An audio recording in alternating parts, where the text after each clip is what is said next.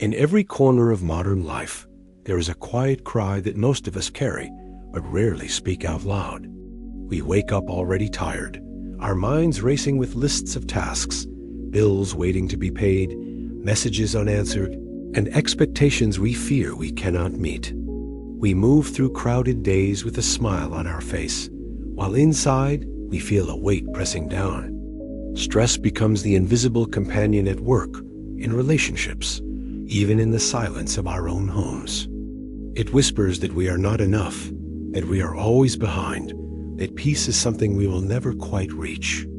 The harder we run after happiness, the further it seems to drift away.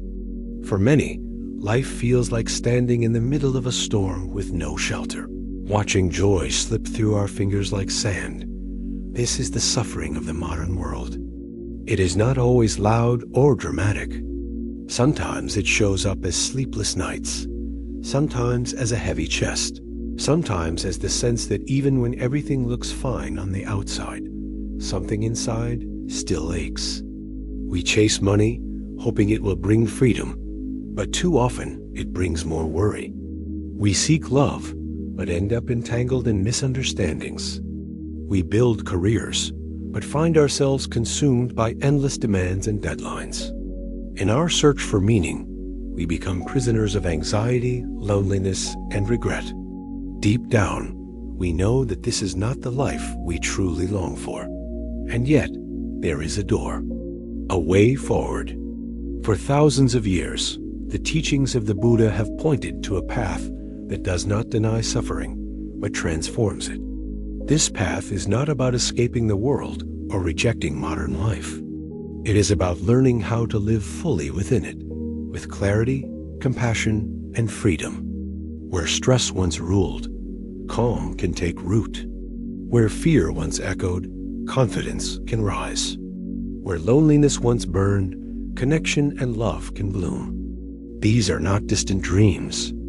They are possibilities waiting for you here and now. Imagine for a moment a life where your mind is not a battlefield, but a refuge. A life where money no longer dictates your sense of worth, where relationships become sources of strength instead of constant struggle, where anxiety does not define your days, and where you can finally breathe deeply without fear of what tomorrow will bring. This is not a fantasy. It is a shift in perspective, a change in how you see yourself and the world. The Buddha's wisdom is like a lamp in the darkness, a gentle hand guiding you through the storm to a place of peace. Over the next hours, we will walk together through 10 deep human struggles of modern life. Each one is a wound that many of us carry: stress, money, relationships, anxiety, the endless chasing of success, the fear of failure, the grip of anger, the weight of impermanence, the loneliness of disconnection, and the question of meaning. For each pain, there is also a teaching, a way of looking at the world that breaks chains instead of tightening them, a practice that is simple yet profound, designed not to complicate your life, but to clear a path back to your own heart. This journey is not about becoming someone else. It is about uncovering who you have always been. Beneath the noise, beneath the fear, beneath the weight of expectations, there is a stillness within you that cannot be broken. We will learn together how to return to that stillness, how to water it until it grows, how to walk step by step into a life of greater freedom. And as each part unfolds, you will see not only the pain that binds you, but also the key that sets you free. So let us begin. There is a storm that many people carry inside, a storm that never makes the news but quietly shapes the way we live. It is the storm of overthinking. You know the feeling. The mind that refuses to rest, even when the body is tired. The thoughts that loop like a broken record, playing the same doubts, the same fears, the same imagined scenarios over and over again. You lie awake at night and replay the conversation you had earlier, searching for the wrong word, the hidden meaning, the missed chance. You look ahead and try to prepare for every possible outcome, as if by worrying hard enough, you can control the future. You stand in the present moment, but you are not really here. You are split between the shadows of yesterday and the anxieties of tomorrow. And as this happens, life quietly slips by. Overthinking feels like a thief that steals both peace and time. Hours pass, and nothing changes except that you feel more drained, more uncertain, more restless. The mind convinces you that if you think just a little longer, you will find the answer. But the truth is that thinking becomes its own trap, like quicksand. The more you struggle, the deeper you sink. This silent storm is exhausting, and yet it is so common in modern life that we begin to think it is normal. Stress becomes a badge of honor. Sleeplessness becomes a sign of ambition. Restlessness becomes a way of being. But deep down, we know something is wrong. We were not born to live like this, to spend our precious years as prisoners of our own thoughts. Why do we overthink? Some say it is because of fear, and they are right. Others say it is because of control, and they are also right. The modern world rewards constant planning, constant analysis, constant attention to what might go wrong. We are told that to be safe, to be successful, to be loved, we must always stay ahead. And so the mind becomes like a guard tower that never closes, scanning the horizon for danger. But the cost of this endless vigilance is heavy. It drains joy from the present. It blinds us to the beauty right in front of us. It keeps us from resting in the simple act of being alive. Think about the last time you walked outside and truly notice the air on your skin, the sound of the wind in the trees, the rhythm of your own footsteps. For many, it has been a long time. Not because the world is empty of beauty, but because the mind was elsewhere busy calculating, regretting, anticipating. Overthinking disconnects us from life. It disconnects us from people too. How many moments with family or friends are lost because we are present in body but absent in spirit? We sit across from someone we love, but our mind is somewhere else, rehearsing tomorrow's meeting or replaying yesterday's argument. We become ghosts in our own lives, always near but never fully here. The Buddha once taught that the mind is everything. What we think, we become. This is not just a poetic line. It is a direct truth. If the mind is caught in constant worry, the body follows with tension, the heart follows with fear, and life becomes colored by unease. Overthinking builds a cage, and we are the ones locking ourselves inside. Yet the same mind that creates the cage can also open the door. This is the promise of mindfulness, the practice of learning to see thoughts for what they are, temporary visitors, not masters. Imagine for a moment that you are sitting by a river. The water flows steadily, carrying leaves, branches, even little boats downstream. Each leaf is a thought. Some are pleasant, some are painful, some are neutral. They drift by. If you try to grab every leaf, your hands become full, your body becomes wet, your energy drains. But if you sit quietly and simply watch, you see that the river carries them all away on its own. Overthinking is the attempt to grab every leaf.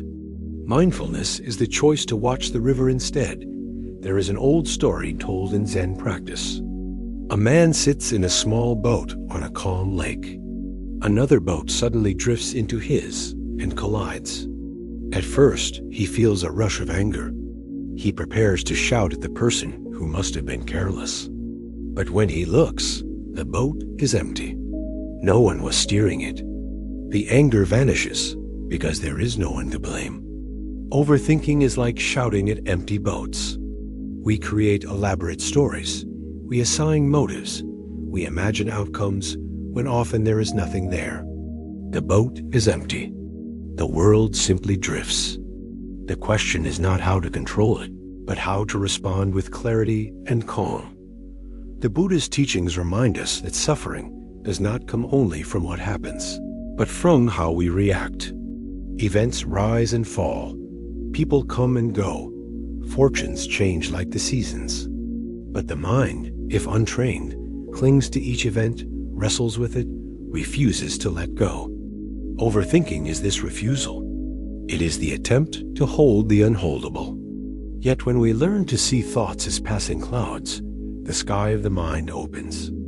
Clouds come, clouds go, but the sky remains untouched. In the same way, your true nature is vast and open, not limited by any one thought or fear. Many people ask, how do I quiet the storm? How do I stop thinking so much? The answer is not to fight the storm, but to anchor yourself. The breath becomes that anchor. When you notice your thoughts spiraling, pause and bring your awareness to the simple act of breathing. Feel the coolness as the air enters. Notice the rise of the chest. Feel the warmth as you exhale. This is not a trick to stop thoughts, but a way to ground yourself in the present moment. Each breath is a reminder that life is happening now, not in the past, not in the imagined future. At first, the mind will resist. It will jump away, chase after memories, run toward worries. That is natural. The practice is simply to notice and return again and again, like leading a child back home. Over time, this practice transforms the mind. It does not erase thoughts, but it loosens their grip. You begin to see that you are not the storm. You are the sky. You are not the thought. You are the awareness of the thought. And in that awareness, peace can be found. Still, there is another truth we must face. Overthinking often grows because we resist what cannot be changed. We wrestle with the past as if our struggle will rewrite it. We wrestle with the opinions of others as if we can force them to see us differently. We wrestle with uncertainty as if worry will guarantee safety. But these are unmovable boulders.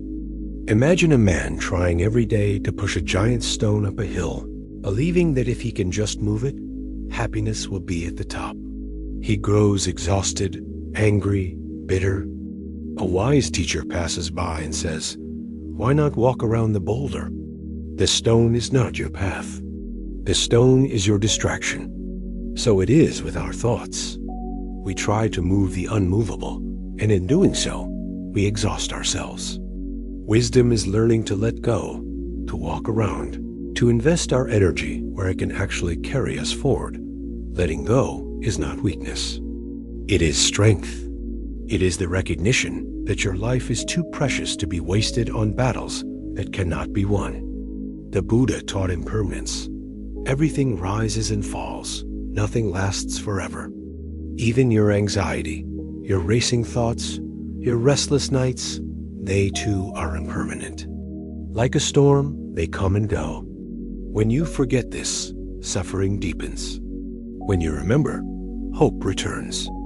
You can whisper to yourself in the hardest moment, "This too shall pass." And it will not now imagine your mind as a garden. If left unattended, weeds grow worry, fear, anger, doubt. But with intention, you can plant seeds of kindness, patience, gratitude. Over time, the garden changes. The weeds may still appear, but the flowers are stronger. This is the practice of mindfulness. Not suppressing thoughts, but cultivating new ones until the soil itself becomes rich and peaceful. Slowly, the mind that was once a storm becomes a sanctuary. And so, the way forward is not about silencing your thoughts, but transforming your relationship with them. You are not here to control every wave, but to learn how to sail. You are not here to fight the empty boat, but to see it for what it is. You are not here to carry the weight of every boulder, but to choose wisely where to place your steps. In doing so, the silent storm within begins to quiet and a new clarity emerges. This is only the beginning of the journey. We have entered the storm and begun to see the tools that bring calm. But to truly live differently, we must go deeper into the heart of the present moment. And that is where we now turn, to the river of now, where peace is not something to chase in the future, but something waiting for us in this very breath. To step fully into the river of now. We must first understand why our minds resist it so fiercely. The truth is simple yet unsettling. The present moment is unpredictable. The past, no matter how painful, is familiar. The future, no matter how uncertain, feels like something we can control if we plan hard enough. But the present? The present is alive, moving, unfolding in ways we cannot script. That is why overthinking drags us away from it. The mind tells us, stay in the past where you can analyze, or run to the future where you can prepare. But in doing so, it robs us of the only place we can truly live. Think about standing on the bank of a river. You can stare at the water that has already passed, wondering why it flowed the way it did. You can strain your eyes downstream, trying to predict every curve and ripple. Or you can step into the water right here, right now, and feel its coolness on your skin. The Buddha taught that life is only ever this breath, this step, this moment. Past and future are shadows. The present is substance. But we forget, and in forgetting, we suffer. Overthinking thrives on the illusion of permanence. The mind clings to an event and believes it defines us forever. A mistake at work becomes proof we are failures. A harsh word from someone we love becomes a permanent scar. Yet the truth of impermanence is woven into everything. No thought, no feeling, no storm lasts forever. Imagine a summer storm rolling through the sky. Dark clouds gather, rain falls hard, thunder shakes the air. It feels endless. But by morning, the sky is clear and the storm is gone. So it is with our emotions, our fears, our restless nights. They rise, they fall, they pass. When we accept this, we no longer treat each moment of suffering as permanent prison walls. We treat it as weather, passing through. There is a freedom that comes when you stop fighting the river and start flowing with it. This is the wisdom of mindfulness. To notice a thought as just a thought. To watch it pass without grabbing it, without pushing it away.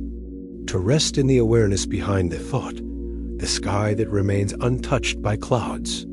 It sounds simple, yet it is revolutionary. Because once you learn this, the storm begins to lose its power. And what about the constant desire for control? This too is a source of endless overthinking. We plan, we strategize, we worry, because we believe control equals safety. But life is vast and untamable. The more we try to grip it, the more it slips away. The Buddha taught the story of the man and the boulder for this very reason. Struggling against what cannot be moved only brings pain. But acceptance walking around, letting go brings relief. When we release our need to control the uncontrollable, we discover energy we did not know we had. Energy to create, to love, to live. Letting go is not about passivity. It is about wisdom. It is saying, I will give my best effort where it matters, but I will not waste my life on battles I cannot win. You cannot control the past. You cannot control the thoughts of others. You cannot control every twist of fate. But you can control how you respond. You can control whether you meet each moment with resistance or with openness. And in that choice, there is power. Picture again the garden of the mind. Without care, weeds of worry grow fast. But each time you breathe mindfully, each time you choose kindness instead of criticism, each time you let go of a useless thought, you plant a seed. Over weeks, months, years, the garden changes. Where once there was only chaos, now there is order. Where once there was fear, now there is resilience. The mind, once a storm, becomes a refuge. This is not magic. It is practice. It is tending your garden day by day with patience and love. There is also compassion to be found here, not only for yourself, but for others. When you understand your own storm of overthinking, you begin to see that others are caught in theirs too. The person who snapped at you may be drowning in their own thoughts. The friend who grew distant may be trapped in worry you cannot see. The colleague who seems harsh may be carrying a weight you do not know. Compassion grows naturally when you realize that everyone is wrestling with their own storms. Instead of anger, there can be patience. Instead of judgment, there can be kindness. This compassion is not weakness. It is strength. It breaks the chain of reaction that fuels suffering. Remember the empty boat. When you see clearly that much of what collides with you is not personal, but simply life drifting by, you stop shouting at the waves. You start steering with calm. Compassion becomes your sail, and wisdom becomes your rudder. Together, they carry you through. Some may ask, but if I stop overthinking, will I lose my ambition? Will I become careless, unprepared? The opposite is true. Overthinking wastes energy. Clarity directs it. When you stop chasing every thought, you free the mind to focus on what matters. You become more effective, not less. You listen more deeply. You decide with more confidence. You act with more precision. Peace is not laziness.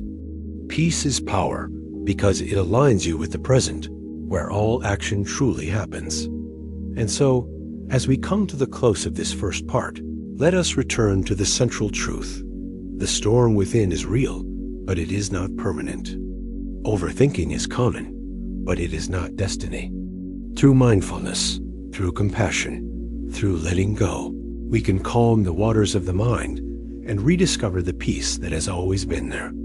The Buddha did not offer abstract theories. He offered tools, breath, awareness, wisdom, kindness that anyone can practice. Here and now, this journey is long, but every step matters.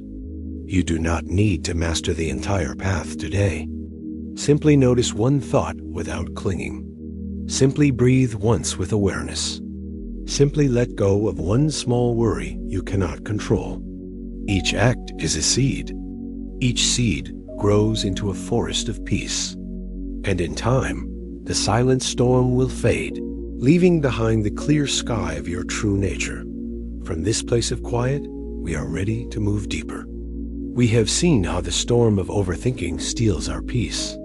Now we will step into the river of now, the present moment itself. For it is here, in this breath, that true freedom waits. We stand now at the edge of the river. It flows endlessly, carrying the weight of all time within its current.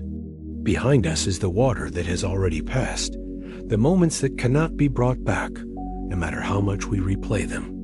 Ahead of us is the water we cannot yet touch, the future that lives only in imagination. And under our feet, right here, is the river of now. This is where life actually happens. This is where peace can be found, but it is also the place we avoid most often. Think about how much of your day is spent outside the present. You wake in the morning, and before your feet touch the ground, your mind is already racing ahead. What will happen in the meeting? Will the boss approve your work? Will the bills be covered this month? At the same time, you might remember yesterday's mistake. The careless word, the missed chance, and the regret lingers like a shadow. The body is here, lying in bed, but the mind is everywhere else. And so, before the day even begins, the weight of the past and the pressure of the future sit heavy on your chest. The Buddha taught that the only true reality we possess is the present moment. It is the doorway to peace. But the modern world trains us to live elsewhere. We chase what is next. We cling to what is gone. We treat the present as a stepping stone, not a home. This is why we feel restless, anxious, and unsatisfied. We are like travelers who spend their whole journey staring either behind them or far ahead, never noticing the ground beneath their feet. There is an old saying, dwelling on the past is like chasing shadows. Dreaming of the future is like trying to grasp mist. Both leave you empty-handed. Only the present moment offers substance, something you can hold, something you can live. When you bring awareness back to now, you discover that life is not as heavy as your thoughts make it. In fact, life can be gentle, beautiful, even joyful, if you allow yourself to actually be here for it. Let us pause for a moment. Feel the breath entering your lungs. Feel the weight of your body resting wherever you are. Listen to the sounds around you. This is the present. Simple, ordinary, yet it is also extraordinary because it is real. The past is memory. The future is imagination. The present is truth. But why is it so hard to stay here? Because the mind is addicted to movement. It wants to fix, to predict, to control. The present offers no certainty, and so the mind runs away. It tells you that happiness will come when the past is repaired or when the future is secured. But this is a lie. Happiness, peace, freedom, they are only possible here. Consider a child playing in the park. She is not worrying about yesterday's game or tomorrow's homework. She is absorbed in the swing, in the sunlight, in the laughter. She is present. And because she is present, she is free. Somewhere along the way, adults forget this natural wisdom. We trade the joy of now for the illusions of later or before. The task of mindfulness is to relearn what children know instinctively. Life happens now. There is another image that helps us see this truth. Imagine holding a glass of water. If you hold it for a moment, it feels light. If you hold it for an hour, your arm aches. If you hold it all day, the weight becomes unbearable. The water has not changed, but your relationship to it has. This is what happens when we carry the past or the future too long. The events themselves may be small, but our endless holding makes them heavy. The solution is not to throw away the glass. It is simply to set it down, even for a little while. To rest. That rest is found in the present moment. The Buddha once said, "Do not dwell in the past. Do not dream of the future. Concentrate the mind on the present moment." These are not just words from monks in distant temples. They are a medicine for anyone who feels the ache of modern life. For the parent overwhelmed by responsibility. For the worker crushed by deadlines. For the young person afraid of what comes next. For the elder looking back with regret. The teaching is the same. Come back to now. Some people fear that living in the present means ignoring the future or neglecting the past. But that is not what this wisdom teaches. The past holds lessons and the future holds plans, but neither is meant to dominate. The present is the stage on which both are balanced. You can learn from the past, but you do not need to relive it endlessly. You can prepare for the future, but you do not need to rehearse it every hour. You stand in the now, and from here you take wise action. The difference is that you act from clarity instead of anxiety. Let me share a story. A man once came to a monk, restless and worried. "I cannot find peace," he said. "My mind is always chasing yesterday or tomorrow." The monk handed him a cup of tea and said, "Drink this while it is hot." The man was confused. "What do you mean?" "I asked for help." The monk smiled. "And I gave it. Drink the tea while it is hot. If you wait too long, it will be cold and you will miss it." Life is the same. In that simple act, the man understood. Peace is not hidden in complicated answers. It is found in paying attention, right now, to what is in front of you. Living in the present also changes how we experience suffering. When anxiety rises, it often comes from projecting into the future, imagining worst-case scenarios, building mountains of fear from seeds of possibility. When guilt rises, it comes from replaying the past, trapped in what cannot be undone. But suffering softens when you anchor yourself in now. Right now, in this breath, is there truly danger? Right now, in this breath, is there truly failure? Most often, the answer is no. Right now, you are safe. Right now, you are breathing. Right now, life is carrying you forward. This awareness is not meant to deny real problems. Bills still need to be paid, relationships still need care, work still requires effort. But mindfulness gives you the strength to face them from a place of calm instead of panic. When the mind is lost in yesterday and tomorrow, problems grow larger than they are. When the mind is steady in now, problems can be seen clearly, solved step by step. The river carries you, and you learn to float instead of thrash. The present moment also carries joy, often hidden in small things. The warmth of a meal, the smile of a stranger, the quiet of the evening. These moments pass unnoticed when the mind is elsewhere. But when you pay attention, they become treasures. The Buddha's wisdom is not only about escaping suffering, it is also about opening to joy. Joy is not waiting in some distant future when everything is perfect. Joy is here, in this breath, in this step, in this laugh. To live in the present is to reclaim joy. The practice can be as simple as pausing during your day to breathe. When you feel stress rising, take one conscious breath. When you are walking, feel each step. When you eat, taste the food fully. These small acts return you to now. Over time, they weave together into a life that is calmer, clearer, more alive. You begin to discover that the river of now is not only a place of peace, but also a place of strength, because from the present, you gain power.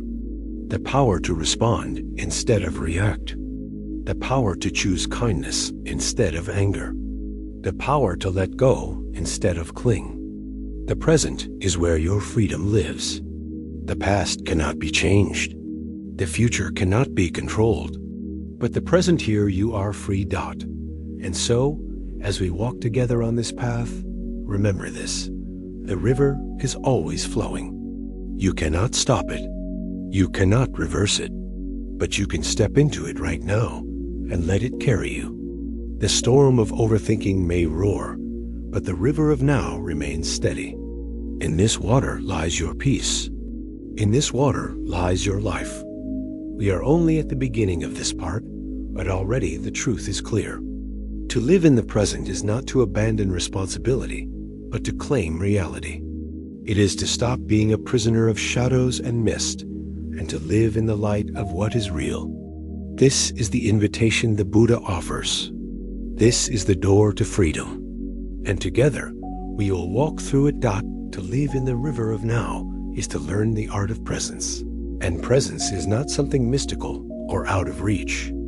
It is practical, ordinary, and yet profoundly transformative. The reason it feels difficult is because the habits of our minds are strong. We have spent years rehearsing stories of the past, years rehearsing fears of the future. It takes patience to retrain the mind to rest here, in this moment.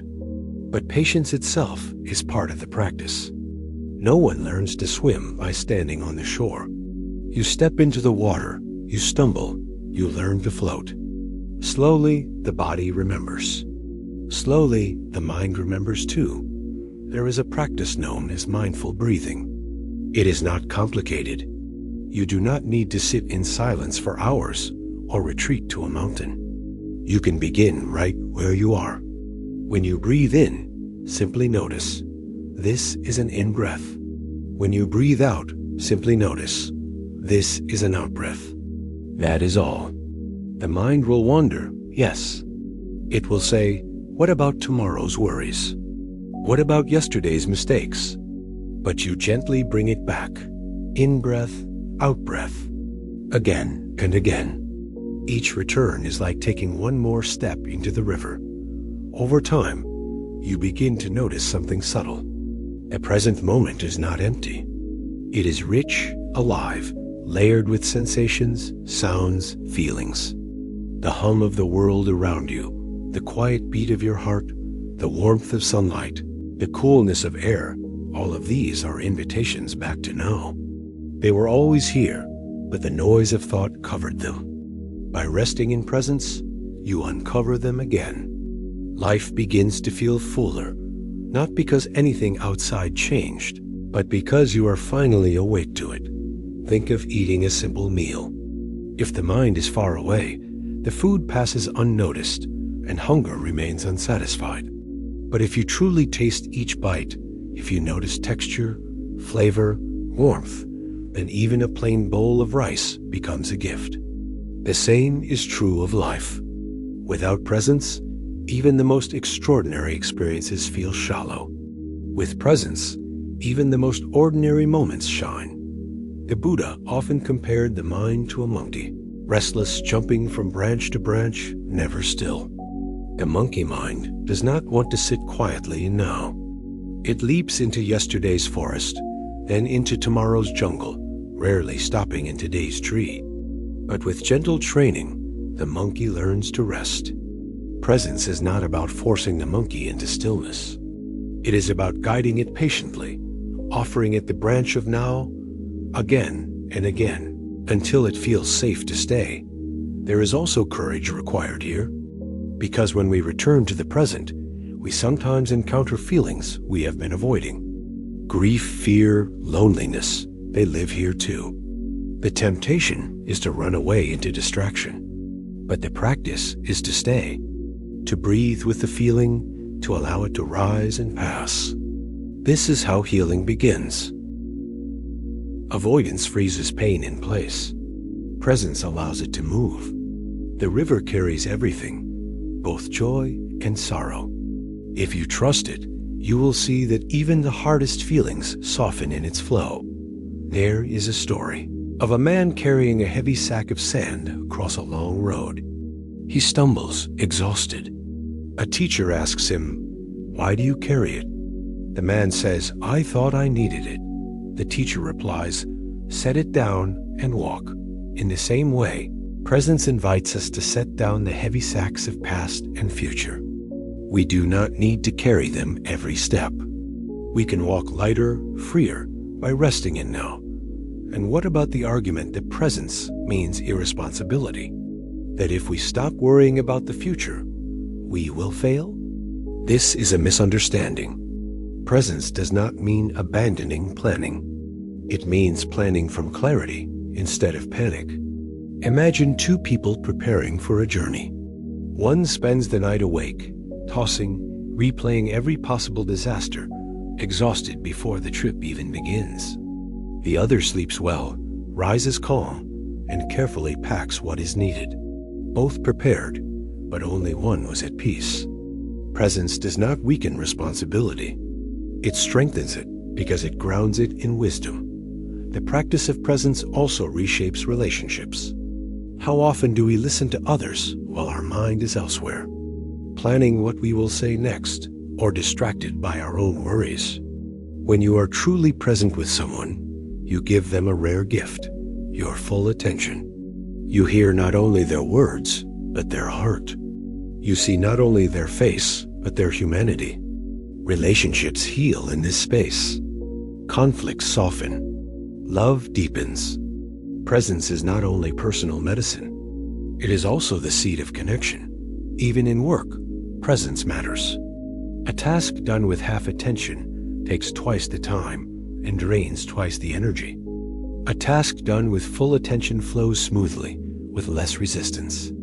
Presence creates efficiency, not laziness. It brings a sense of ease, even in challenge, because you are focused on what is real instead of scattered across what-ifs. The deeper truth is this: the present is not just a doorway to peace, it is the only place peace exists. The past is gone. The future is unborn. To wait for happiness in either is to wait forever. But when you claim the now, you claim life itself. Every breath becomes a chance to begin again. Every step becomes a fresh start. This is liberation, not someday, but today. So let us return once more to the river. Feel its current. It does not rush, yet it never stops. It does not cling to what has passed, nor does it grasp at what is coming. It simply flows. To live like the river is to live in harmony with life itself. You do not need to force it. You only need to step in. And here is where we prepare for the next lesson. Because as we stand in the river of now, we will still meet obstacles, collisions that jolt us. frustrations that stir anger, events beyond our control. The question then is, how do we face them without being pulled back into storm? The answer comes in a story as simple as it is profound. Imagine sitting peacefully in a boat when suddenly another boat collides with yours. Anger rises until you see the boat is empty. That moment changes everything. That moment is our next step. There was once a calm lake, still and silent under the morning sun. A man sat in a small wooden boat, enjoying the gentle rocking of the water. For a moment, everything felt peaceful. Then suddenly, with a sharp jolt, another boat drifted into his. The shock of the collision stirred his chest. His first instinct was anger. Who was so careless, so disrespectful, to crash into him like this? He turned quickly, ready to shout at the stranger. But when his eyes met the boat, he saw something unexpected. It was empty. There was no one there to blame. The anger vanished in an instant, as if it had never existed. This simple Zen story is known as the empty boat parable. And like all ancient wisdom, it carries a truth far deeper than the story itself. Life will always bring collisions. A harsh word from a loved one, a deadline missed at work, an unexpected bill, a door closed in your face. Our natural response is often the same as the man in the boat: anger, frustration, blame. But what if the boat is empty? What if the event is not personal at all, just part of life drifting along? In that moment, our suffering softens. We see clearly that it is not the event itself that hurts us most, but the way we react to it. Think about how much of your stress comes not from what happened, but from the stories you tell about what happened. A coworker interrupts you, and your mind says, "They do not respect me." A friend forgets to call, and your mind says, "They do not care about me." A stranger cuts you off in traffic, and your mind says, "People are always against me." But what if, like the empty boat, these moments are not about you at all? The coworker might be overwhelmed, the friend distracted, the stranger lost in thought. By filling the boat with imagined motives, we fill ourselves with anger. By seeing the boat as empty, we release ourselves from suffering. This teaching is not about denying pain. Collisions still happen. Boats still bump into us. Words can wound, losses can sting. But the Buddha's wisdom shows us that pain is one thing, suffering is another. Pain is the event. Suffering is the chain of reactions we build around it. Pain is inevitable. Suffering is optional. The empty boat reveals this gap, and in that gap lies freedom. Imagine for a moment your daily life. How many small empty boats bump into you? A delayed train, a spilled drink, a miscommunication. Each one has the power to spark irritation, to tighten the chest, to sour the day. But only if you let the mind fill the boat with stories. When you remind yourself, this boat is empty, you create space. Space to breathe, to choose, to let go. The event remains, but the suffering does not take root. This wisdom applies to bigger storms too. Think of the times someone hurt you deeply. A betrayal, a rejection, a cruel word. The mind says, "They did this to me. They wanted to harm me." It is personal, and maybe on the surface, it seems true.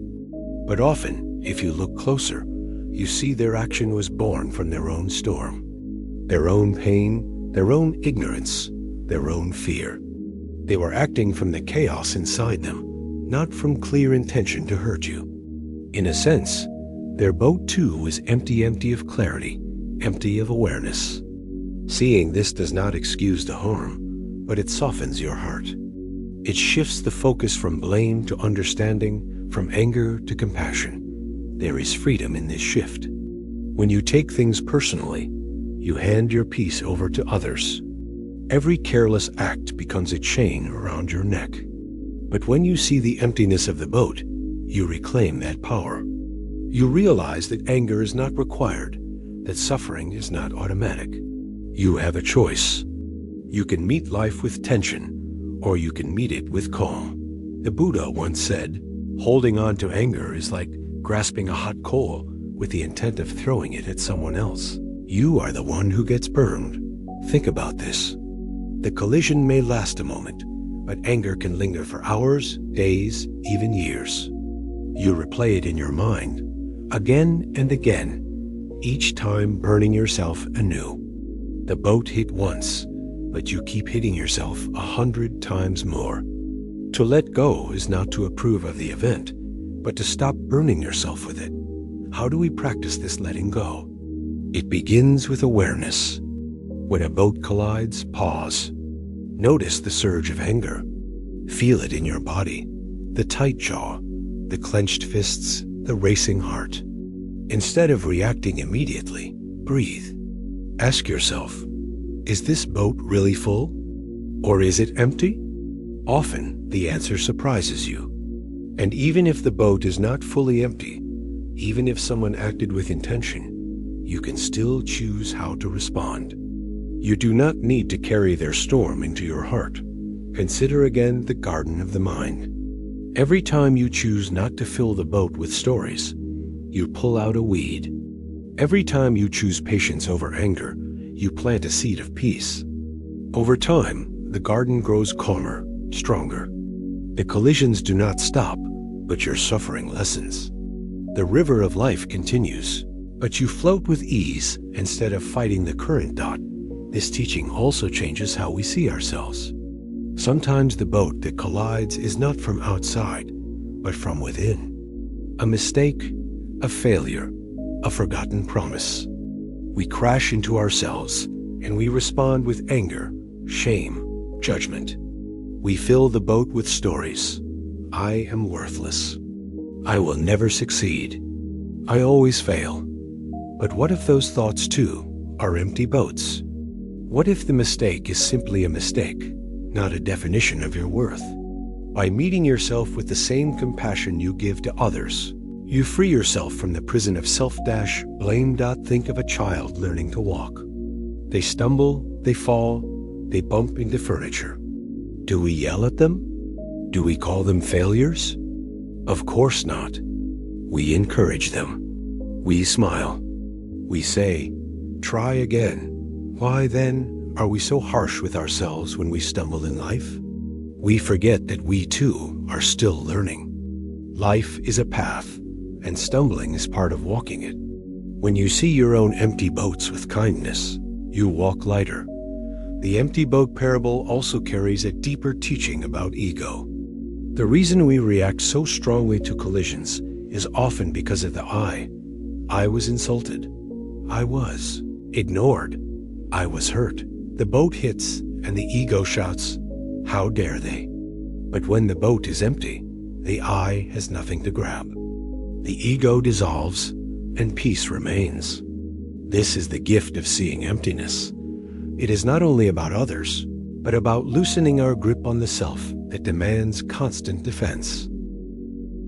Life will not stop sending boats our way. Some will be small nudges, others heavy crashes. But the choice is always ours. Fill the boat with anger, or see it as empty and let it drift. The more we practice, the freer we become. What once sparked rage now sparks patience. What once created suffering now creates wisdom. Slowly, the lake of our life becomes calmer, clearer. And so, as we close this first part of the teaching, remember the image. A man ready to shout, suddenly silenced by the sight of an empty boat. That moment of clarity is available to you in every collision. The boat is empty more often than you think. And even when it is not, you can still choose peace over pain. But the mind does not stop here. It continues to produce thoughts clouds of worry, storms of fear, endless chatter. If we are not careful, we identify with these thoughts as if they define us. To go deeper, we must learn to see thoughts themselves for what they are, passing clouds in the open sky of the mind. That is where our journey now leads. The more we sit with the image of the empty boat, the more its truth expands. At first, It seems like a simple lesson about anger.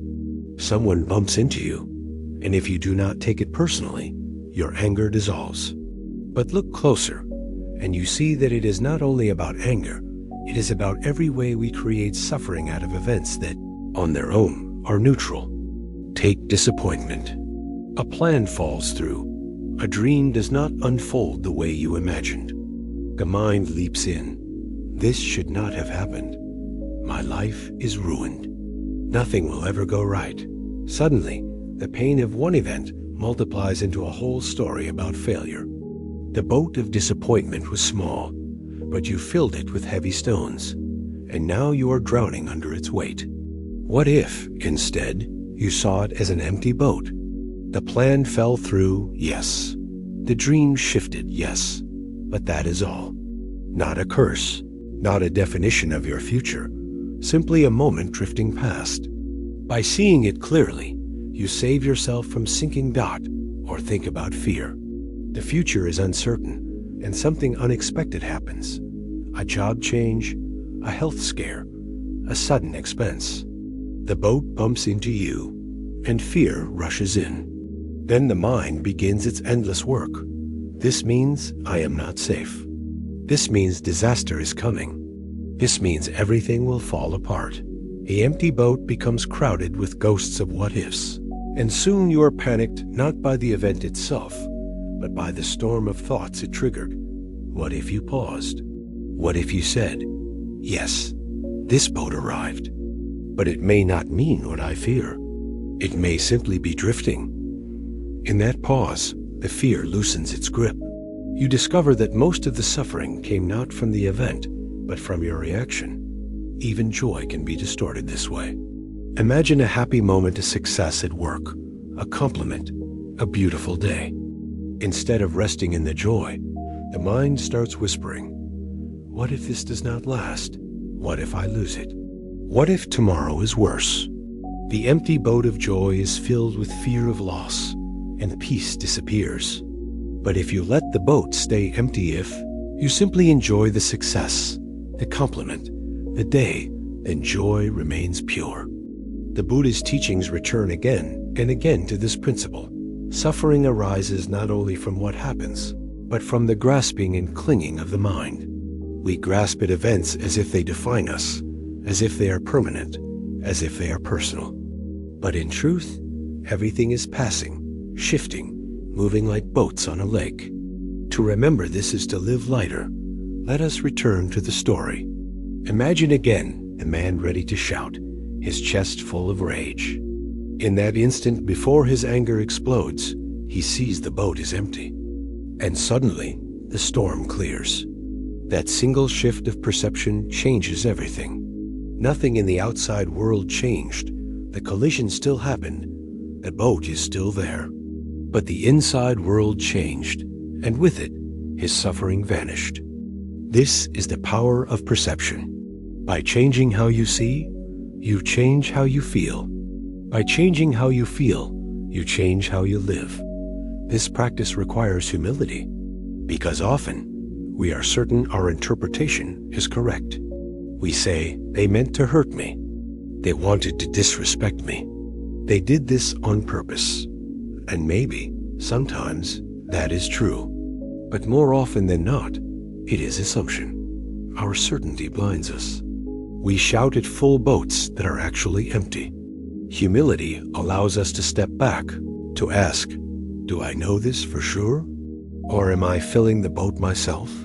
That simple question can save hours, days, even years of unnecessary suffering. Compassion also grows from this practice. When you see how often your own boat drifts unconsciously, when you remember times you hurt others without meaning, do you realize that others do the same? The driver who cut you off, the friend who forgot, the stranger who snapped perhaps their boats were empty too, carried by stress, by distraction, by their own unseen pain. Instead of anger, compassion arises. May they find peace, as I wish to find peace. There is also a deeper layer of this story that points toward the heart of Buddhist wisdom. The boat is not only empty of a person, it is empty of permanent self. This is the teaching of emptiness, that all things, including our own identities, are not fixed, solid, unchanging. They are fluid, interdependent, always in motion. To see the boat as empty is to see life itself as empty, not meaningless, but open, spacious, free of the rigid chains of me and mine. From this view, collisions are no longer threats to the ego, because the ego itself loosens its hold. Imagine how freeing it would be to move through life with this understanding. Boats bump into you, storms pass through you, joys and sorrows rise and fall, and you remain steady because you no longer cling so tightly to the story of self. This does not make you cold or indifferent. It makes you open, compassionate, resilient. You flow with the river instead of fighting against it. But how do we bring this wisdom into everyday practice? The next time irritation rises, pause and picture the empty boat. Ask yourself, am I suffering because of the event or because of the story I am adding to it? Then breathe. Imagine letting the boat drift away without chasing it. If someone wrongs you, remind yourself, perhaps their boat is empty, perhaps they are caught in their own storm. This does not mean allowing harm without boundaries. It means responding with clarity instead of blind reaction. Over time, this practice becomes second nature. What once sparked immediate anger now sparks a smile. What once weighed heavily now feels lighter. You begin to see that most boats in life are, in fact, empty. And even when they are not, you still have the power to choose peace. As we close this teaching, remember, the world will always bring collisions. You cannot stop boats from drifting, storms from rising, or waves from crashing. But you can stop filling the boat with unnecessary suffering. You can see emptiness where the ego once saw insult. And in that shift, you discover freedom. Now, let us take the next step. Because if the empty boat teaches us how to respond to events, the next lesson teaches us how to respond to thoughts themselves. Our minds are filled with endless chatter, drifting clouds that come and go.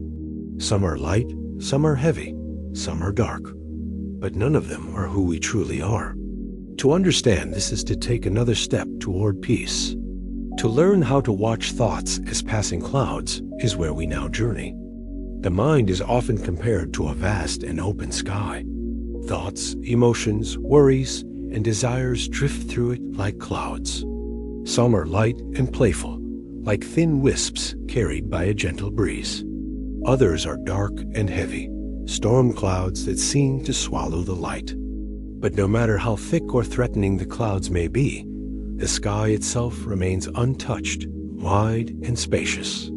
This is one of the most important truths in the Buddhist teaching. You are not your thoughts. You are the awareness behind them, the sky that holds them. Most people, however, forget this. We identify with every cloud that passes. When a dark thought appears, I am not enough. I will never succeed. No one truly cares about me. We believe it. We fuse with it. We think the cloud is the sky, and in doing so, we lose sight of our true nature. But clouds are not permanent.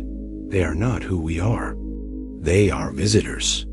They drift in, and if we do not hold on, they drift out again. Think about how often your day is colored by passing clouds. A thought appears. I might fail. That thought shapes your emotions, your actions, even your posture. Or a memory arises. They hurt me before. Suddenly, trust is gone, and your heart hardens. A single cloud casts a shadow over your entire day. Yet, when you step back, you see that the thought had no substance. It was not solid, not fixed, not eternal. It was only a cloud passing through the sky of your mind. The practice here is non-attachment. To see a thought arise, to acknowledge it, but not to cling to it.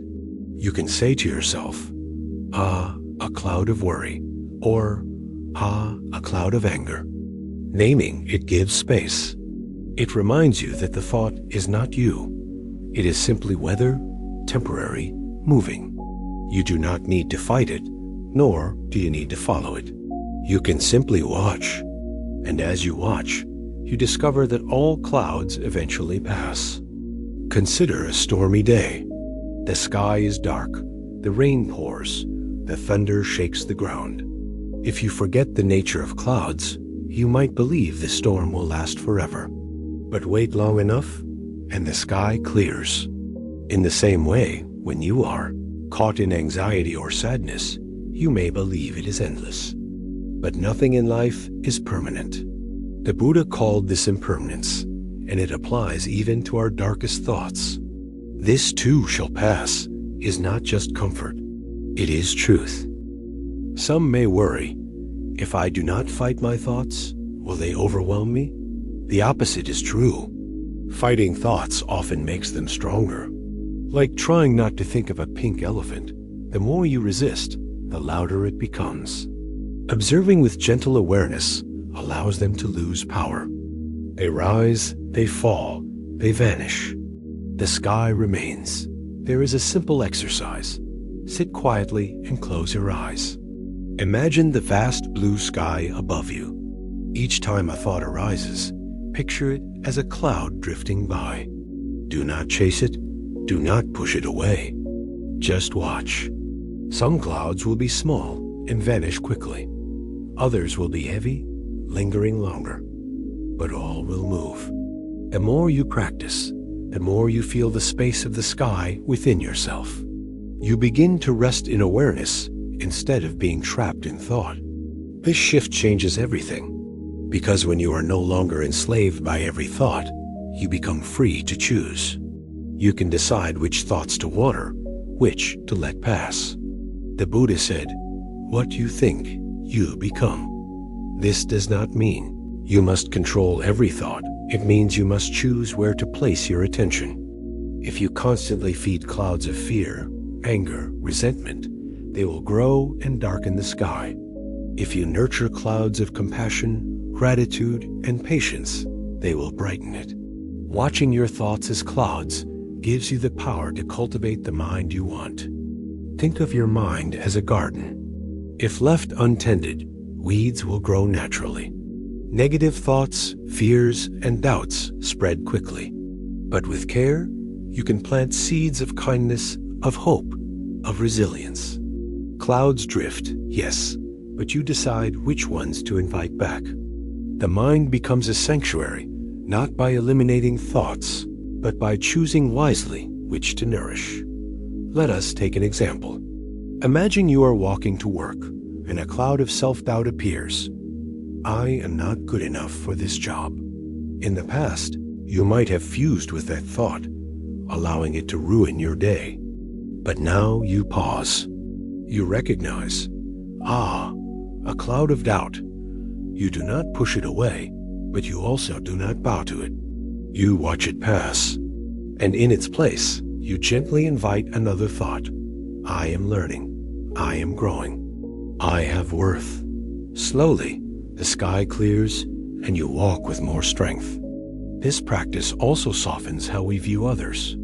Often we judge people by the clouds they carry. Someone lashes out, and we label them as angry. Someone withdraws, and we label them as cold. But what if we saw their thoughts as passing clouds too? What if we remembered that behind their storm lies the same open sky of awareness, the same human heart longing for peace? Compassion grows when we see beyond the clouds to the sky in others. There is a story told of a monk who was asked how he remains calm, even when insulted. He replied, "When someone throws words at me, I see them as clouds. Why should I let a cloud darken the whole sky? This is not detachment from life. It is clarity." He understood that words, like thoughts, are temporary. They need not define him. They pass, and he remains free. To live with this understanding is to live lighter. The storms of thought will still come, but they no longer control you. Anxiety will still rise, but you will see it as a passing visitor, not as your identity. Sadness will still arrive, but you will not mistake it for the whole sky. Anger will still knock, but you will not invite it to stay. You become the observer, the witness, the vast sky itself. And in that space, something beautiful happens. You begin to taste peace, not because life has become perfect, but because you no longer confuse clouds for the sky. You no longer confuse thoughts for self. You rest in the awareness that was always there, waiting behind the storms. This is the gift of seeing thoughts as passing clouds. It does not erase difficulty, but it changes your relationship with it. And in that change lies freedom. As we continue, this understanding will lead us to the next step. If thoughts are clouds, and what anchors us in the storm? What keeps us steady when the sky darkens? The answer is as simple as breathing. The anchor of the breath is the next doorway we will walk through. The mind does not stop producing clouds simply because we wish it to. Thoughts appear whether we want them or not. This is their nature. The problem is not the presence of thoughts, but our attachment to them. Most of us spend our lives chasing the clouds, trying to hold on to the bright ones and push away the dark ones. Yet both are beyond our control. Clouds come and clouds go. The sky remains. This is why the Buddha encouraged us to shift our perspective. Instead of asking, "How can I stop my thoughts?" he asked us to consider, who is it that is watching these thoughts? That shift is powerful. It moves us from being lost inside the storm to realizing we are the awareness in which the storm occurs. You may ask yourself, but if I am not my thoughts, then who am I? This is the beginning of wisdom. You are not the passing anger, nor the fleeting worry, nor the temporary joy. You are the one who notices them. You are the vastness that holds them all. When you begin to live from this place of awareness, your relationship to thoughts changes. They no longer rule you. They visit, but they do not define you. Imagine a busy street filled with traffic. Cars honk, engines roar, people rush past. If you are standing in the middle of the road, it is overwhelming, even dangerous. But if you step back and watch from the sidewalk, you see the flow without being swept into it. Thoughts are like that traffic. From inside, they overwhelm. From awareness, they simply pass by. There is a modern illusion that peace comes only when thoughts stop, when the mind is perfectly silent. But the Buddha never taught that the goal was to erase thought. The goal is to transform your relationship with it. Silence will come at times, yes, but thoughts will always return. Freedom lies not in eliminating them, but in no longer being enslaved by them. Let us consider an example. You wake in the middle of the night, and the mind begins its work. What if I lose my job? What if I get sick? What if I never find love? Each thought appears, heavy and frightening. If you fuse with them, the night becomes endless. But if you say gently, a cloud of fear, and simply observe, the grip loosens. You do not deny the thought, but you do not become it. Eventually, the cloud drifts and sleep returns. Another example, you are criticized by someone. A cloud of anger forms. You think, how dare they? They always treat me this way. The anger grows darker with every replay. But if you pause and name it, a cloud of anger, you step back. You see that the anger is not you, it is a visitor. You may still choose to respond to the criticism, but you do so from clarity, not from storm. This practice of naming thoughts is simple yet powerful. Cloud of doubt, cloud of regret, cloud of hope. Each name creates space. Each space allows choice. You begin to see that clouds are temporary, but the sky is constant. And what of the heaviest clouds, the ones of grief, trauma, despair? These too must be honored. They are not dismissed or denied, but they are also not permanent.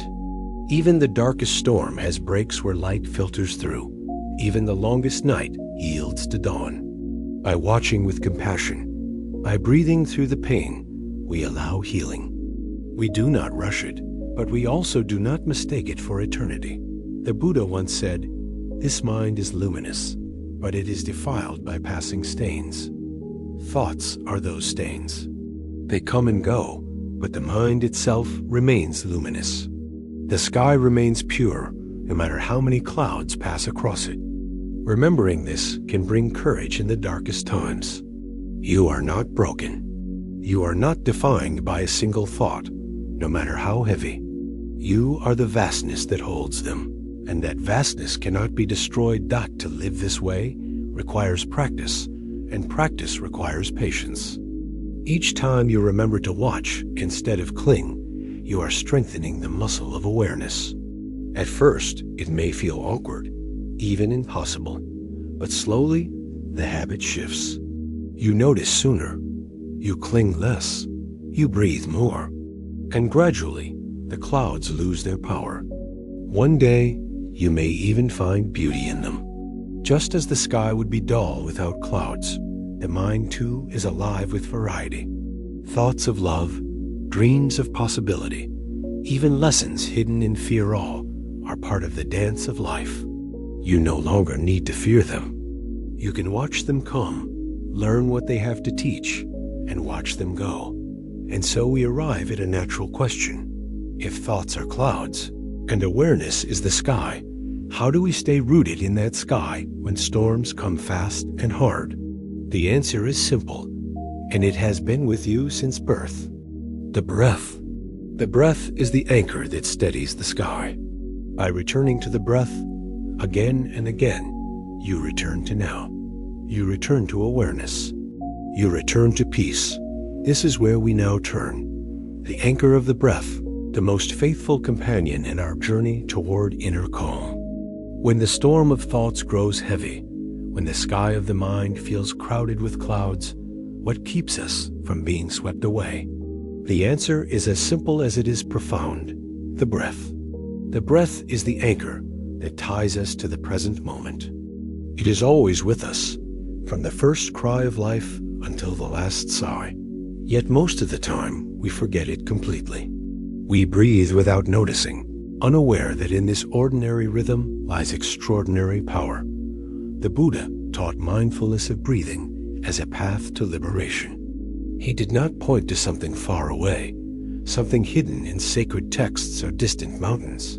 He pointed to what is closest to us: the rise and fall of the chest, the air passing through the nostrils, the quiet rhythm that has never left us. In the chaos of thought, we often feel we have nothing to hold on to. But the breath is always here, steady, faithful, unshaken by the storms of the mind. Imagine you are caught in the ocean, waves crashing all around. Panic rises, and the more you thrash, the more you sink. But then you remember the anchor. You grab it, and it steadies you. The waves still come, but you are no longer lost. This is what happens when you return to your breath. The storm of thought may not stop immediately, but you are no longer at its mercy. Each inhale, each exhale, is a rope pulling you back to safety. Try it now. Inhale slowly. Notice the coolness of the air as it enters. Pause for a brief moment. Then exhale gently. Feel the warmth leaving your body. Do this again. Inhale, exhale. For just a few breaths, the mind grows quieter. You are not in yesterday. You are not in tomorrow. You are here. This is the gift of the breath. It anchors you in the only place peace can be found, the present. The beauty of this practice is its simplicity. You do not need special equipment, or hours of free time, or even silence. You can do it while waiting in line, while sitting at your desk, while walking down the street. Each conscious breath is a return home. Each breath is a reminder. Life is happening now, and yet many resist this simplicity. They ask, how can breathing solve my problems? How can something so small calm something so big? But notice what happens when you are anxious. Your breath becomes shallow, rapid, uneven. The body tenses, the heart races. The breath reflects the storm within. Now notice what happens when you are calm. The breath is slow, deep, steady. The body relaxes. The heart softens. Breath and mind are connected. To calm one is to calm the other. The Buddha compared the mind to a lamp reflected in still water. When the water is turbulent, the reflection is broken and unclear. When the water is calm, the reflection is steady and bright. The breath is how we still the water. Each conscious inhale and exhale smooths the surface, allowing clarity to return. Consider a time when you were overwhelmed. Perhaps you received bad news, or a conflict erupted, or fear struck suddenly. In that moment, the mind raced, thoughts collided, emotions surged. But if you paused even for a single breath, you felt a shift. That pause is powerful. It is the space between reaction and response. It is the moment where wisdom can enter. Without the breath, we are pulled blindly into reaction. With the breath, we gain freedom to choose. There is a story of a teacher who was asked how to deal with anger. He said, "Take one deep breath before you speak. Just one breath. Because in that breath, anger begins to cool. In that breath, clarity returns. In that breath, we are no longer ruled by the storm." Sometimes, the difference between peace and regret is a single inhale. Breathing also connects us to life itself. We often forget that the breath is a gift. Each inhale is life entering. Each exhale is life leaving. We take it for granted, assuming the next breath will come, until one day it does not. To breathe mindfully is to honor the fragility and wonder of being alive. It reminds us that we do not own life. We borrow it, moment by moment, breath by breath. Gratitude grows naturally when we realize this. Think of how many moments of life we have missed because we were lost in thought. Meals eaten without tasting. Conversations held without listening. Days lived without noticing. Each conscious breath is a chance to reclaim those moments. It is a doorway back to presence. You do not need to wait for a perfect future to feel peace. It is here, in this breath, if you pay attention. The breath is also a bridge between body and mind. When the mind is restless, the body suffers. When the body is tense, the mind grows agitated. But when we breathe deeply, the body relaxes and the mind follows. You may notice your shoulders soften, your chest open, your heartbeat slow. These physical shifts create space for mental calm. The breath unites the two, reminding us that we are whole. There is also a sacred rhythm in breathing. Inhale, receiving. Exhale, releasing. Life itself mirrors this rhythm. We receive joy, we release sorrow. We receive lessons, we release ignorance. We receive love, we release fear. Each breath is practice in letting go and beginning again. The more we pay attention, the more we realize that breathing is not only a physical act, it is a spiritual one. Some fear that focusing on the breath is boring, that the mind will wander. And it will. But wandering is not failure. It is practice. Each time you notice the mind drifting and gently return to the breath, you are strengthening awareness. It is like training a muscle. At first, the muscle is weak and the effort feels hard. But with time, it grows stronger. Soon, returning to the breath becomes natural. Do not underestimate the power of small steps. One breath may seem insignificant, but one breath, repeated 1,000 times, becomes transformation. One moment of awareness, repeated daily, becomes peace. The breath is not flashy. It will not shout for your attention, but it will always be there, waiting quietly to bring you home. And so, when the storm rises, when the clouds grow dark, when the boat collides, remember this. You always have an anchor. The breath is your refuge. The breath is your home. In it, you will find the calm you seek. As we move forward, we will go deeper into the wisdom of simplicity. Because once the breath steadies us, we begin to see that life itself does not need to be as complicated as we make it. Simplicity is not emptiness. It is clarity. It is the space where peace blooms. And that is where our journey now leads. There is a reason why the great teachers of the past returned again and again to the breath. They knew it was not just air entering and leaving the lungs. It was a doorway into awareness itself. When we notice the breath, we notice life. When we follow the breath, we follow the present moment. When we rest in the breath, we rest in peace. Many people think peace is something distant, a destination to be reached after all problems are solved. But the breath shows us otherwise. Peace is not found in finishing the endless list of tasks, nor in reaching some perfect future. Peace is found here, in the rhythm that has been with us all along. Every inhale, every exhale is a reminder that we already have what we seek. Consider the moments when fear grips you. The heart races, the chest tightens, the breath shortens. In those moments, the mind is full of imagined disasters. But if you pause and place your attention on the breath, something shifts.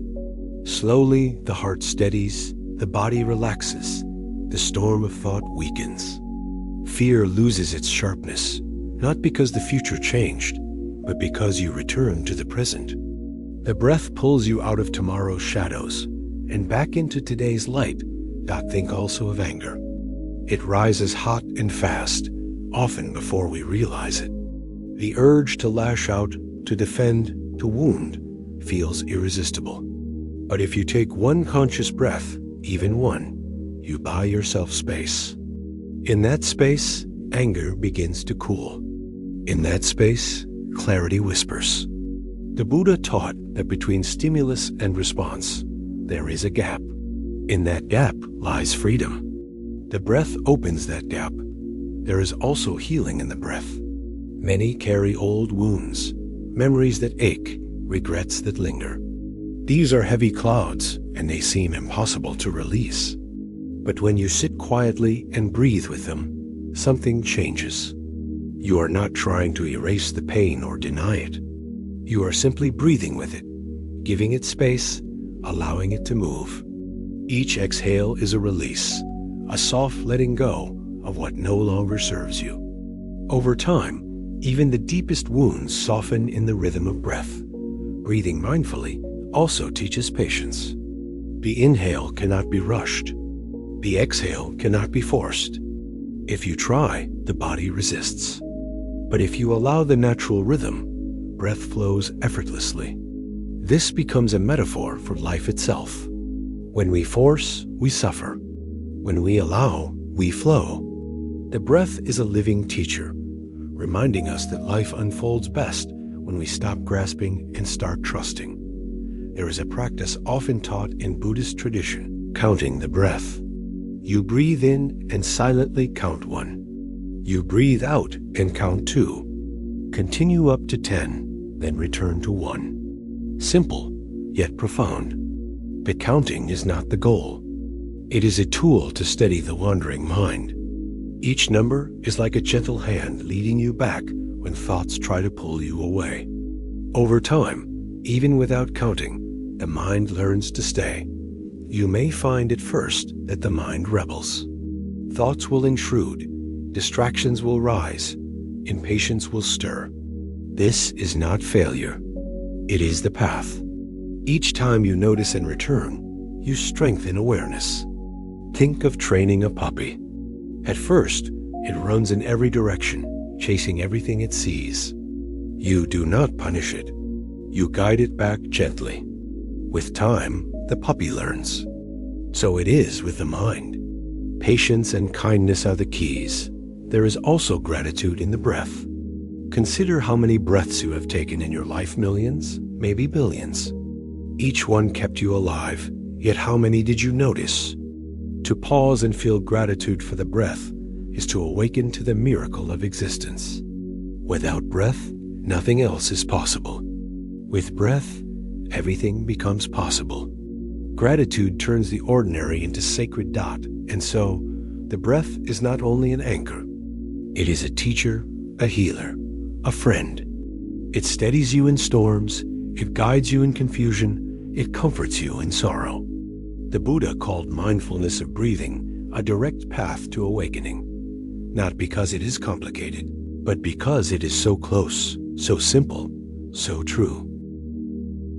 To live anchored in breath is to live with stability. The world will continue to change, bringing joys and losses, beginnings and endings. But you will not be tossed endlessly by each wave. You will have something steady beneath you, something that cannot be taken away. Each inhale, each exhale is a reminder. You are here, you are alive, you are whole. And as this truth deepens, another truth appears. Peace does not require more. It requires less. Less distraction, less grasping, less noise. When the breath steadies you, you see that simplicity is not emptiness, but fullness. Simplicity reveals the richness already present in life. And that is where our path now turns, into the wisdom of simplicity, the gentle art of living with less and finding more. Once the breath steadies us, once we learn to pause and return to this present moment, we begin to notice something remarkable. Much of the suffering in our lives comes not from what we lack, but from what we have added. We pile layer upon layer of wants, fears, possessions, and expectations until life feels crowded, heavy, overwhelming. The Buddha's teaching reminds us that peace is not about adding more. It is about letting go, about learning the art of simplicity. Simplicity does not mean deprivation. It does not mean stripping life bare until nothing remains. Simplicity means clarity. It means choosing what truly matters and releasing what does not. It means clearing the noise so that the song of life can be heard again. Think of a glass of water. If it is filled with mud, the water is cloudy. But if you let the mud settle, the water becomes clear. Our lives are like that. When too much is stirred up, we cannot see. But when we allow things to settle, when we stop clinging to every distraction, clarity returns. In the modern world, complexity has become normal. We measure worth by how busy we are, how many possessions we own, how many achievements we collect. But in chasing more, we lose sight of enough. The home fills with objects we rarely use. The schedule fills with tasks that bring no joy.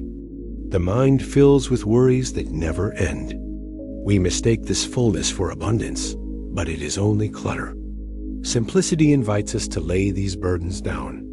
Imagine walking through a forest path. One person carries a heavy pack stuffed with unnecessary gear, straining with every step. Another carries only what is essential, moving lightly, freely, able to enjoy the trees and birds along the way. Which traveler reaches the destination with more peace? Simplicity is traveling light through life, carrying only what truly supports the journey. The Buddha himself lived this teaching. Born into wealth and luxury, he saw that endless possessions could not shield him from suffering. He left it behind, not out of rejection of life, but out of wisdom. He discovered that freedom comes not from adding more, but from letting go. And though we may not all walk the path of renunciation as he did, the lesson is still clear. Simplicity is liberation. Consider the stress that comes from money. Much of it is not about survival, but about the constant desire for more comfort, more status, more comparison with others. Yet how often does more bring peace? Usually, it brings new worries. How to maintain it, how to protect it, how to outdo someone else. Simplicity does not mean refusing wealth, but it means asking honestly, how much do I need to live with peace? What is essential and what is excess? When we answer with honesty, we often find that less is enough. Simplicity also applies to relationships. We complicate them with expectations, demands, and endless conditions. They should make me happy. They should understand without me asking. They should always agree with me.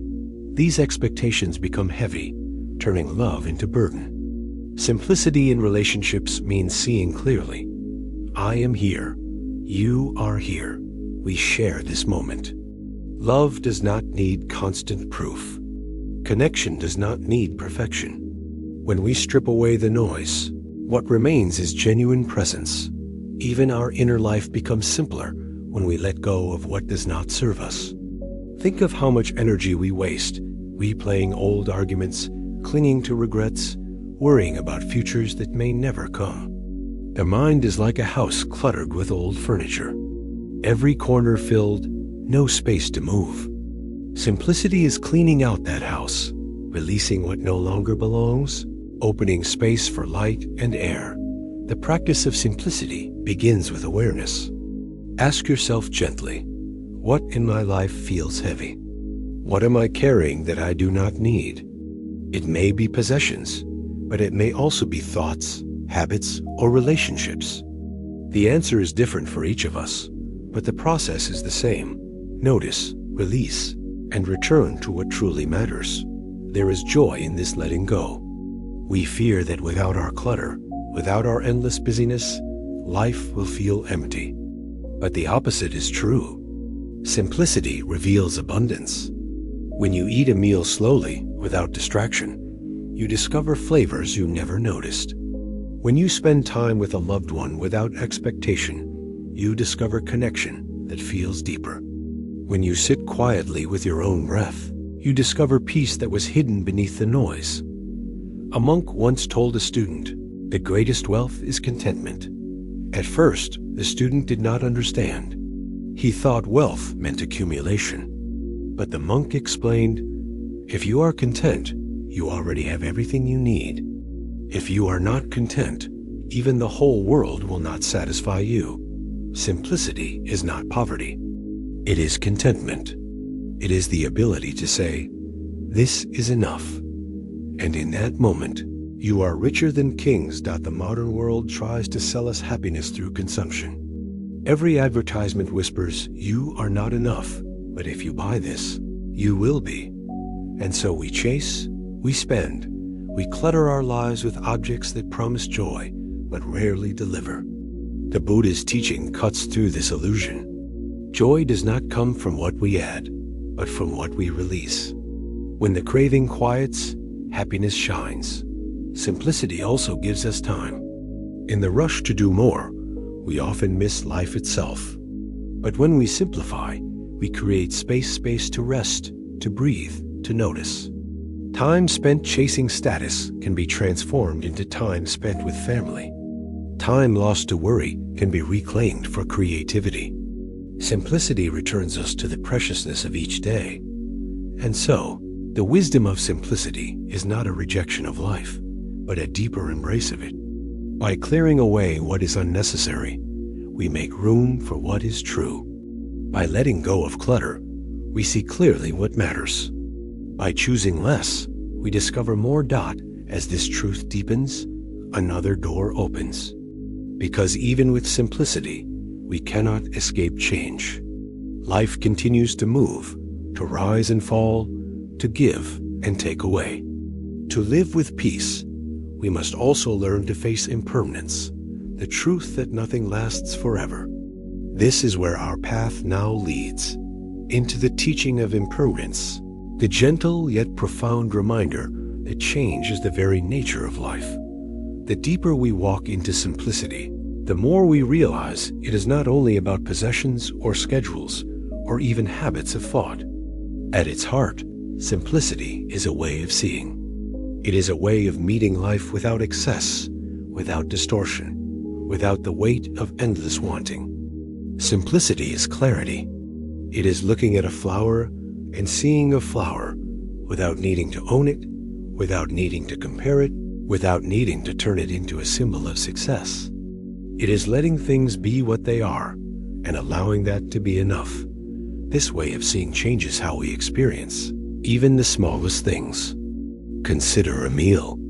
In a life of clutter, we eat quickly, distracted by screens, barely noticing what passes our lips. But in simplicity, we taste fully. We notice texture, aroma, gratitude for the hands that grew and prepared it. A simple bowl of rice becomes a feast. Or think of walking. In cluttered life, walking is just a way to get somewhere else. In simplicity, walking itself becomes joy, the feeling of the earth underfoot, the rhythm of steps, the connection between body and ground. Nothing added, nothing extra, only what is.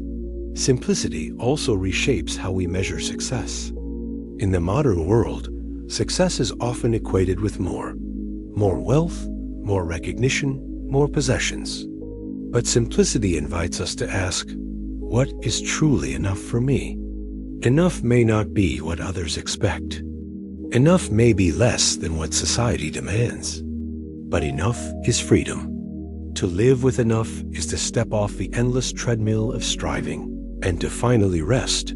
There is also a moral dimension to simplicity. When we consume less, we harm less. When we desire less, we compete less. When we live with enough, we leave space for others to have enough as well.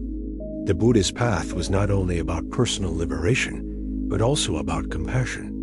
Simplicity aligns with this compassion by reducing harm, by softening greed, by creating balance. And yet, many fear simplicity. They worry it will feel empty, dull, or restrictive. But emptiness in this sense is not absence. It is space. Think of a room. If it is cluttered with furniture, there is no room to move, no air to breathe. When the clutter is cleared, the room feels alive, open, full of possibility. Simplicity does the same for the heart. It creates space for joy, for peace, for love. There is joy in doing less, in having less, in needing less. This does not mean rejecting beauty or comfort. It means enjoying them without clinging. A flower is more beautiful when you let it grow freely than when you pluck it to own. A possession brings more joy when it is used with gratitude than when it is collected out of greed. A day is more precious when it is lived fully than when it is crammed with distractions. The Buddha once told a story of a man who owned many things but could not sleep at night, fearing thieves would take them. His wealth brought him worry, not peace. Another man had little, but he slept soundly, free of fear. When asked who was richer, the Buddha smiled. Richness is not measured by what you hold, but by what holds you. Simplicity releases the chains of possession so that we may rest. Living simply is not always easy in a world that celebrates excess. It requires courage to say no when others say more. It requires wisdom to recognize what truly matters. But each small act of letting go plants a seed of freedom. Each moment of clarity lightens the load. Over time, the path becomes easier, and the joy of simplicity begins to bloom naturally. And so, simplicity becomes not only a practice, but a refuge. In moments of stress, we can ask, what is essential right now? In moments of craving, we can ask, will this truly bring peace, or will it add clutter to my heart? In moments of comparison, we can ask, do I already have enough? These questions guide us back to balance, back to contentment, back to peace. As we live more simply, we also become more prepared to face the deeper truth of impermanence. Because simplicity teaches us to let go of what is unnecessary, it prepares us for the ultimate letting go, the fact that nothing lasts forever. Possessions break, relationships change, bodies age, life itself shifts. To resist this truth is to suffer. To embrace it is to be free. Simplicity clears the ground so we can face impermanence with courage. When we are no longer buried under clutter, we can see clearly. All things arise, all things pass. Instead of grasping desperately, we learn to appreciate fully. Instead of fearing change, we learn to flow with it. And so, the wisdom of simplicity leads us naturally into the wisdom of impermanence, the next step on our journey together. Life is always moving. Seasons shift, leaves fall, Rivers carve new paths. Mountains erode slowly over centuries. Nothing in nature stands still. And yet, as human beings, we resist this truth. We cling to what is pleasant, wishing it would last forever. We push away what is painful, wishing it would vanish instantly. But whether we cling or resist, life keeps flowing. This is the truth of impermanence. The Buddha called it anicca, the understanding that all things are temporary. At first, impermanence can sound frightening. If nothing lasts, what can we rely on? If everything changes, where do we find stability? But the Buddha taught that impermanence is not something to fear. It is a doorway to freedom. Because when we truly understand impermanence, we stop clinging to what cannot be held. We stop fighting what cannot be stopped. We begin to live fully in the present, knowing it will pass, and loving it all the more because of that. Think of a flower blooming in spring. Its beauty is undeniable, but it lasts only a short time. If you demand that the flower remain forever, you suffer. If you ignore it, because it will soon fade, you miss its gift. But if you appreciate it as it is brief, delicate, radiant, you find joy. The flower's impermanence is not a flaw. It is part of its beauty. Life itself is like that flower. Each moment blooms, fades, and makes way for the next. Impermanence also explains suffering. We suffer when we cling to what cannot stay. A relationship, a possession, youth, health, even life itself. We also suffer when we believe pain will last forever, forgetting that it too will pass. By seeing impermanence clearly, we find balance. We appreciate joy without clinging. We endure pain without despairing. We ride the waves of change instead of drowning beneath them. Consider childhood. None of us remain the child we once were. Our bodies grew, our voices deepened, our faces changed. The toys we once loved are gone. The fears we once held seem small. Life moved forward, whether we resisted or not. Imagine if you had tried to cling to your childhood forever. You would have missed adulthood with its own lessons and joys. Change allowed growth. Impermanence opened the path. There is a story from the Buddhist time. A woman named Kisagotami lost her only child. Stricken with grief, she went to the Buddha, begging for medicine to bring the child back to life. The Buddha told her, "Bring me a mustard seed from a household that has never known death." Desperate, she went from house to house. But every family she met had lost someone, a parent, a spouse, a child. Slowly, she realized that death is universal, that nothing escapes impermanence. Her grief softened into understanding. The child could not return, but she discovered wisdom in her sorrow. She became one of the Buddha's devoted followers, transformed by the truth she had resisted. Impermanence is hard to accept because we want certainty.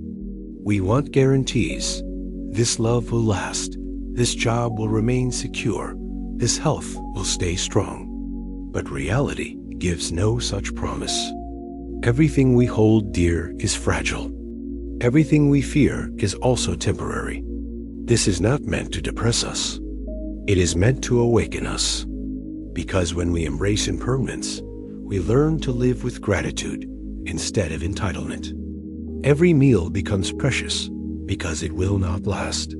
Every conversation becomes meaningful because it may not return. Every breath becomes a gift because one day the breath will end. Impermanence also frees us from despair. Think of the hardest moments in your life. At the time, they may have felt endless, as if the pain would stretch on forever. Yet here you are, still breathing, still alive, proof that the storm passed. No matter how dark the night, dawn eventually comes.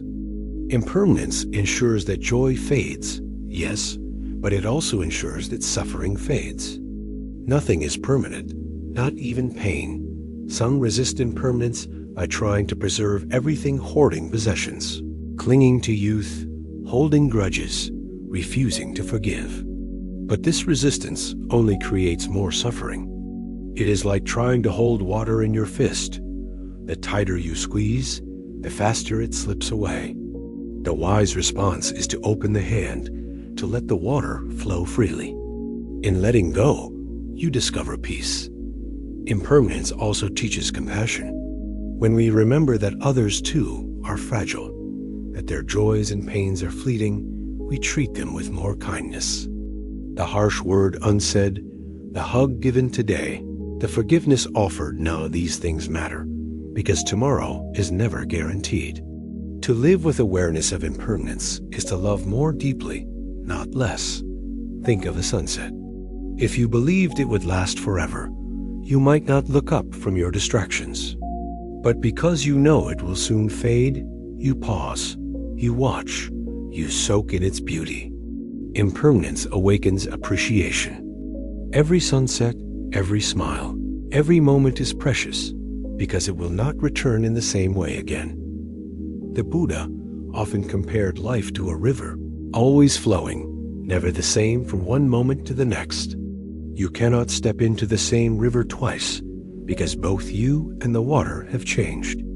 This is impermanence, not a curse, but a truth that makes each step alive. To resist is to suffer. To embrace is to awaken doubt. And yet, impermanence does not mean nothing matters. On the contrary, it means everything matters more. Because time is fleeting, kindness is urgent. Because life is fragile, love is essential. Because moments pass, presence is sacred. When you see impermanence clearly, you live not with despair, but with intensity, with care, with gratitude. As we deepen into this truth, another question arises. If life is impermanent, if everything changes, then what guides us? What gives us direction? The Buddha answered, compassion, the choice to meet the changing world with love instead of fear. This is where our journey next turns, to the practice of compassion, the heart that steadies us as all things rise and fall. Impermanence is not an abstract idea. It is visible in every breath we take. Each inhale is new, each exhale gone forever. You cannot hold on to a single breath, no matter how sweet. And yet, life continues. The rhythm of rise and fall, coming and going, is what keeps us alive. Without change, there would be no movement. Without impermanence, there would be no growth. Consider the turning of the seasons. Spring blossoms into summer, summer ripens into autumn, autumn withers into winter, and winter gives way again to spring. Each season has its gifts, each has its challenges, and none can last. Imagine if summer stayed forever.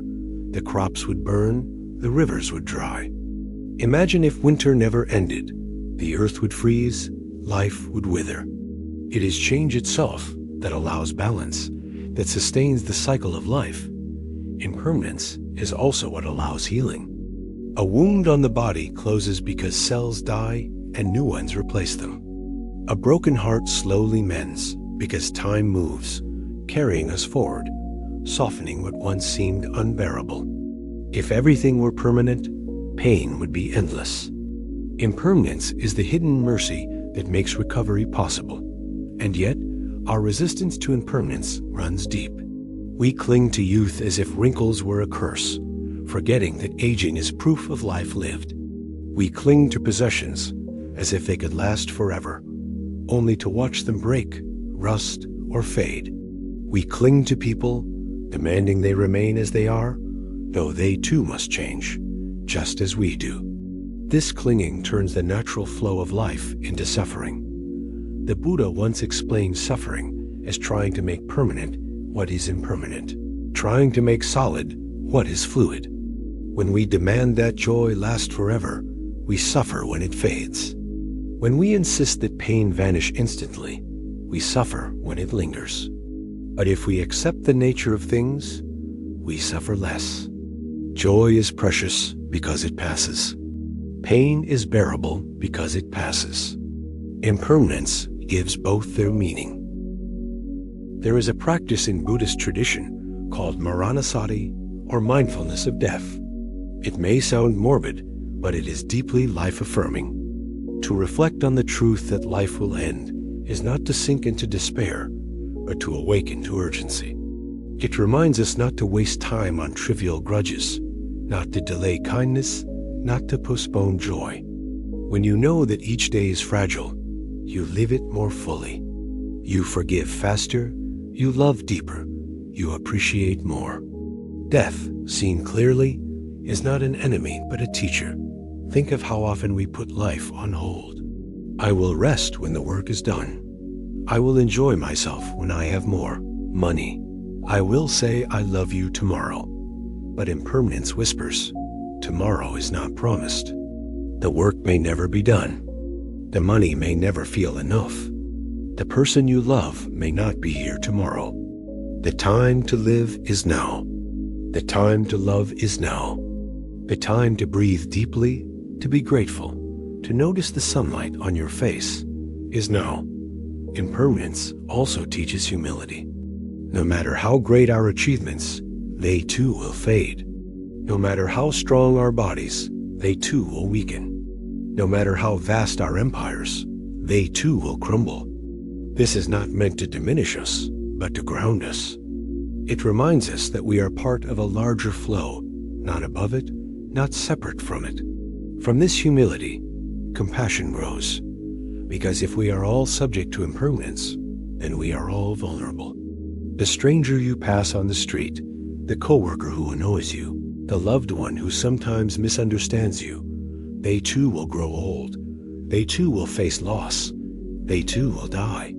Knowing this, how can we not soften? How can we not treat each other with more care?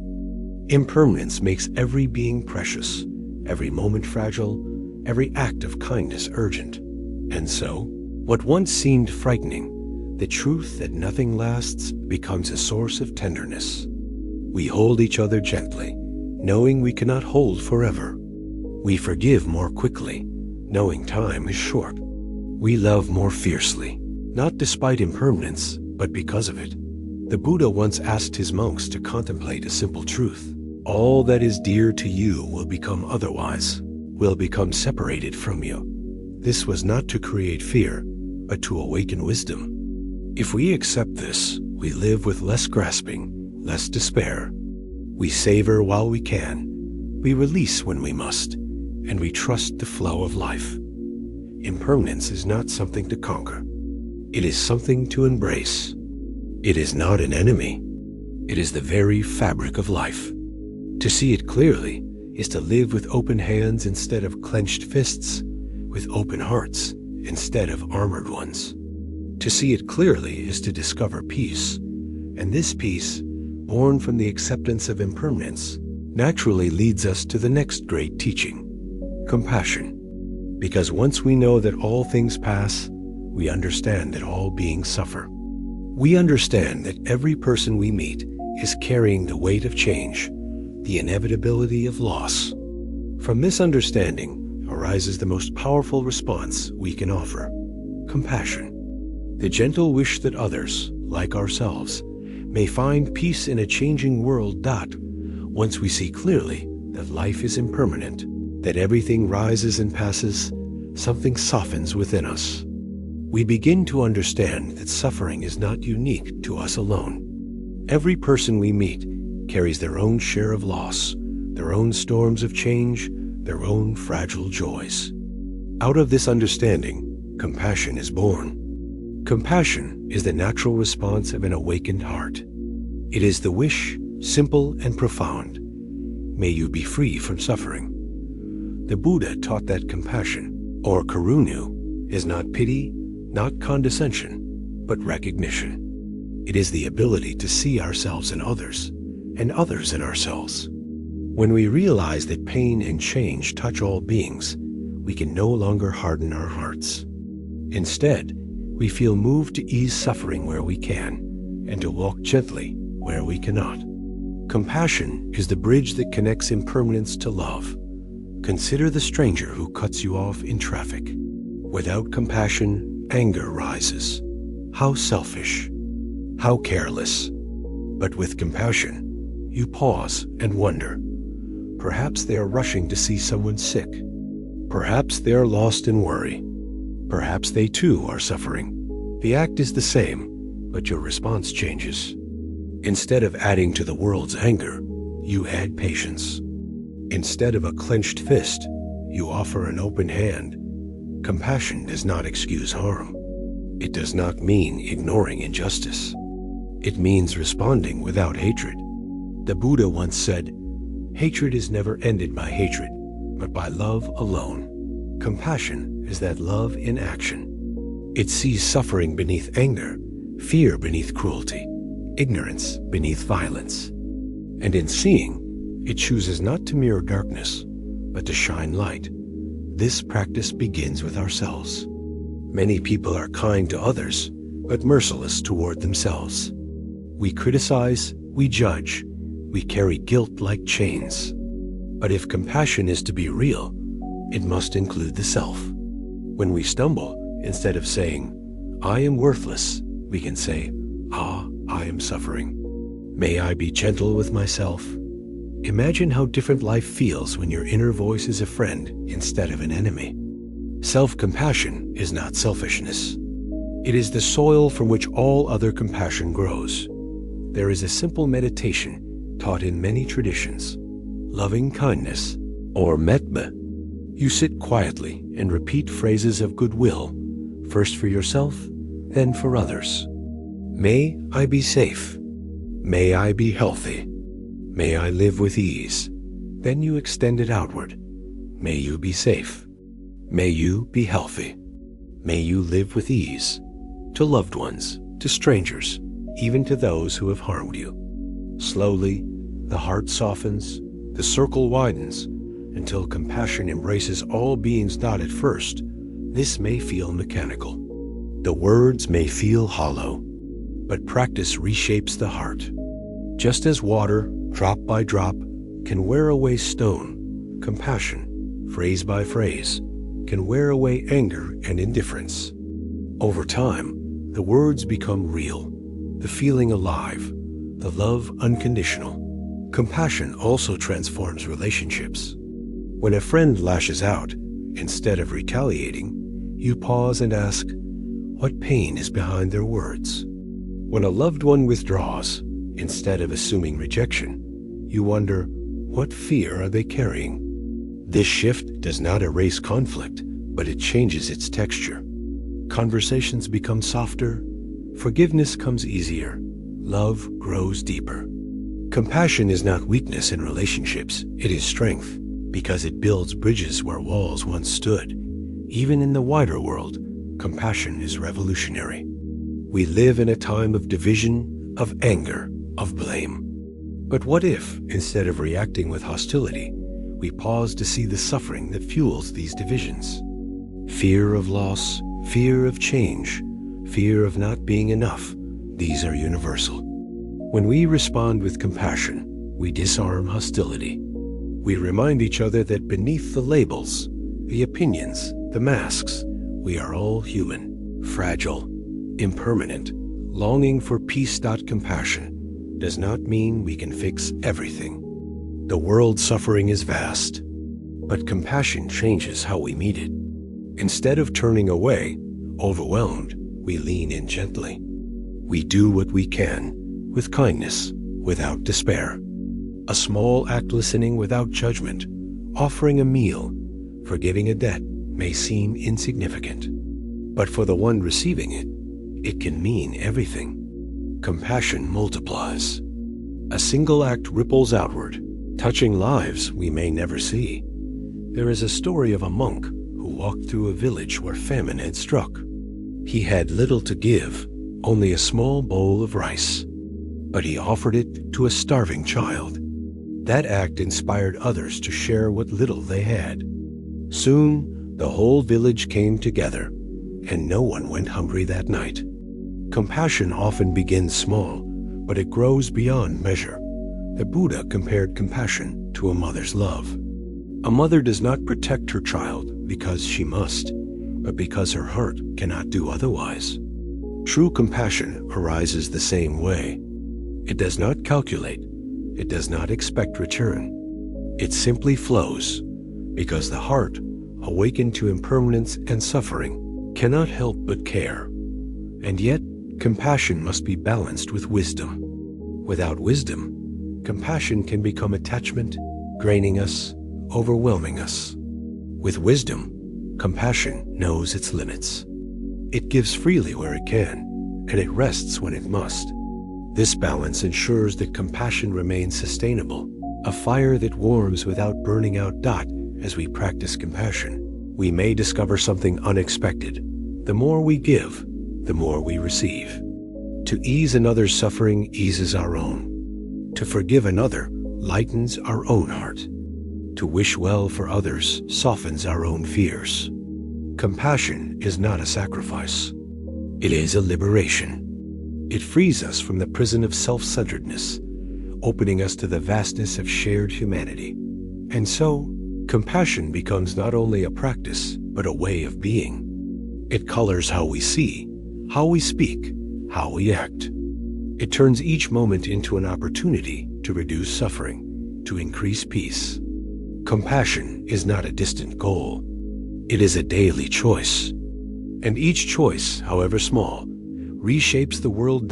As we close this part of the teaching, remember this: impermanence softens the heart, and compassion directs it. To see that all things pass is to see that all beings suffer. To see that all beings suffer is to feel moved to love.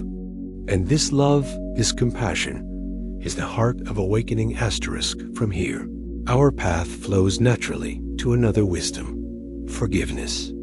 For even as compassion softens us, we carry wounds, memories of harm, scars of betrayal, anger we cannot release. Forgiveness is how compassion becomes complete. It is how we free ourselves and others from the chains of the past. That is where our journey now leads. Compassion is not only a feeling, it is a practice.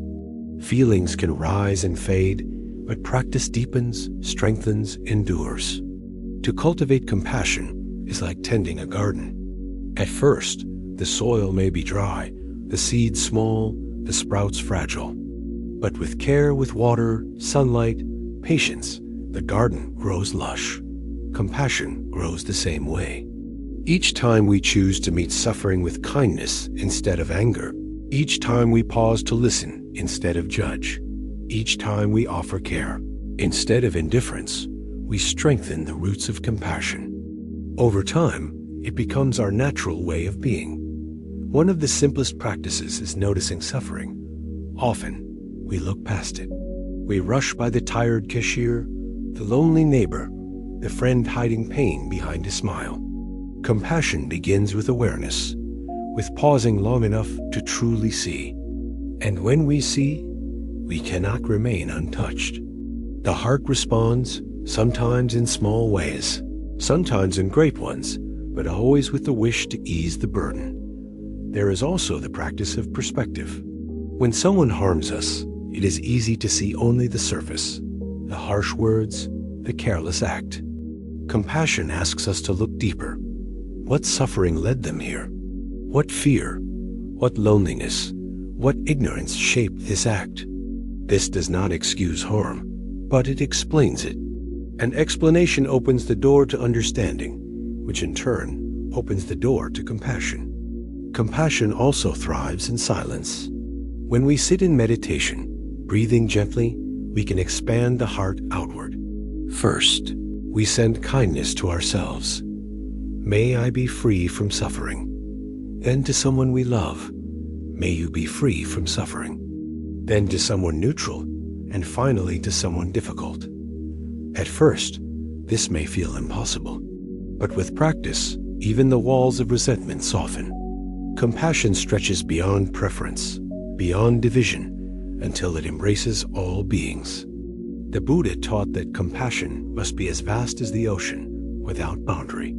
He invited his followers to imagine radiating compassion in all directions: north, south, east, west, above, below. No one excluded, no one forgotten. In this boundless, Compassion. Enemies become teachers, strangers become kin, the whole world becomes family. But compassion is not only about grand gestures. It is also about small, daily acts. Holding the door for someone, offering a genuine smile, listening without interrupting, choosing kind words over sharp ones. These small acts may seem insignificant, but they ripple outward. You may never know the difference a kind word makes, but it may be the very light someone needs in their darkest hour. And compassion is not always gentle. Sometimes true compassion means speaking truth, setting boundaries, refusing to enable harm. The Buddha called this skillful means, acting in ways that truly reduce suffering, even if they are difficult.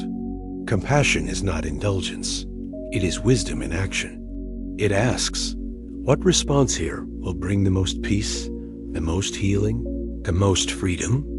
As compassion grows, it begins to change not only how we act, but how we see the world. Where once we saw enemies, we see fellow travelers. Where once we saw obstacles, we see lessons. Where once we saw only our own suffering, we see the shared suffering of all beings. This shift is profound. It frees us from the narrow prison of me and opens us to the vastness of we. The fruits of compassion are many. Compassion softens anger so that forgiveness can enter. It eases loneliness so that connection can blossom. It calms fear so that courage can rise. Compassion is not sentimental, it is practical. It transforms daily life, making even ordinary moments sacred. And yet, there is a deeper level still, because no matter how much compassion we cultivate, there will always be wounds times when we were harmed, betrayed, abandoned. Compassion alone cannot fully free us from those chains. For that, we need forgiveness.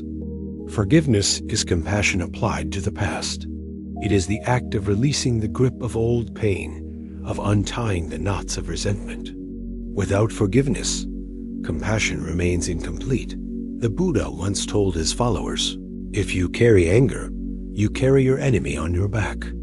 Forgiveness is setting down that burden. It is not saying the harm was right. It is saying, I will not let this harm define me forever. Forgiveness frees both the other and yourself. It opens the heart to peace. And so, compassion naturally leads us here.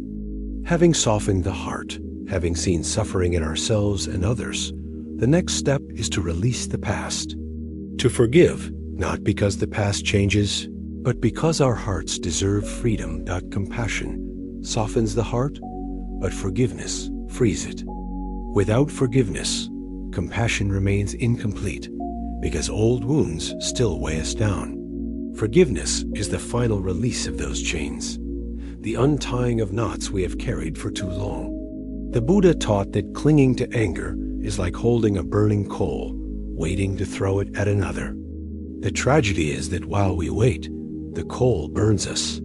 Forgiveness is dropping the coal. It is choosing freedom over fire.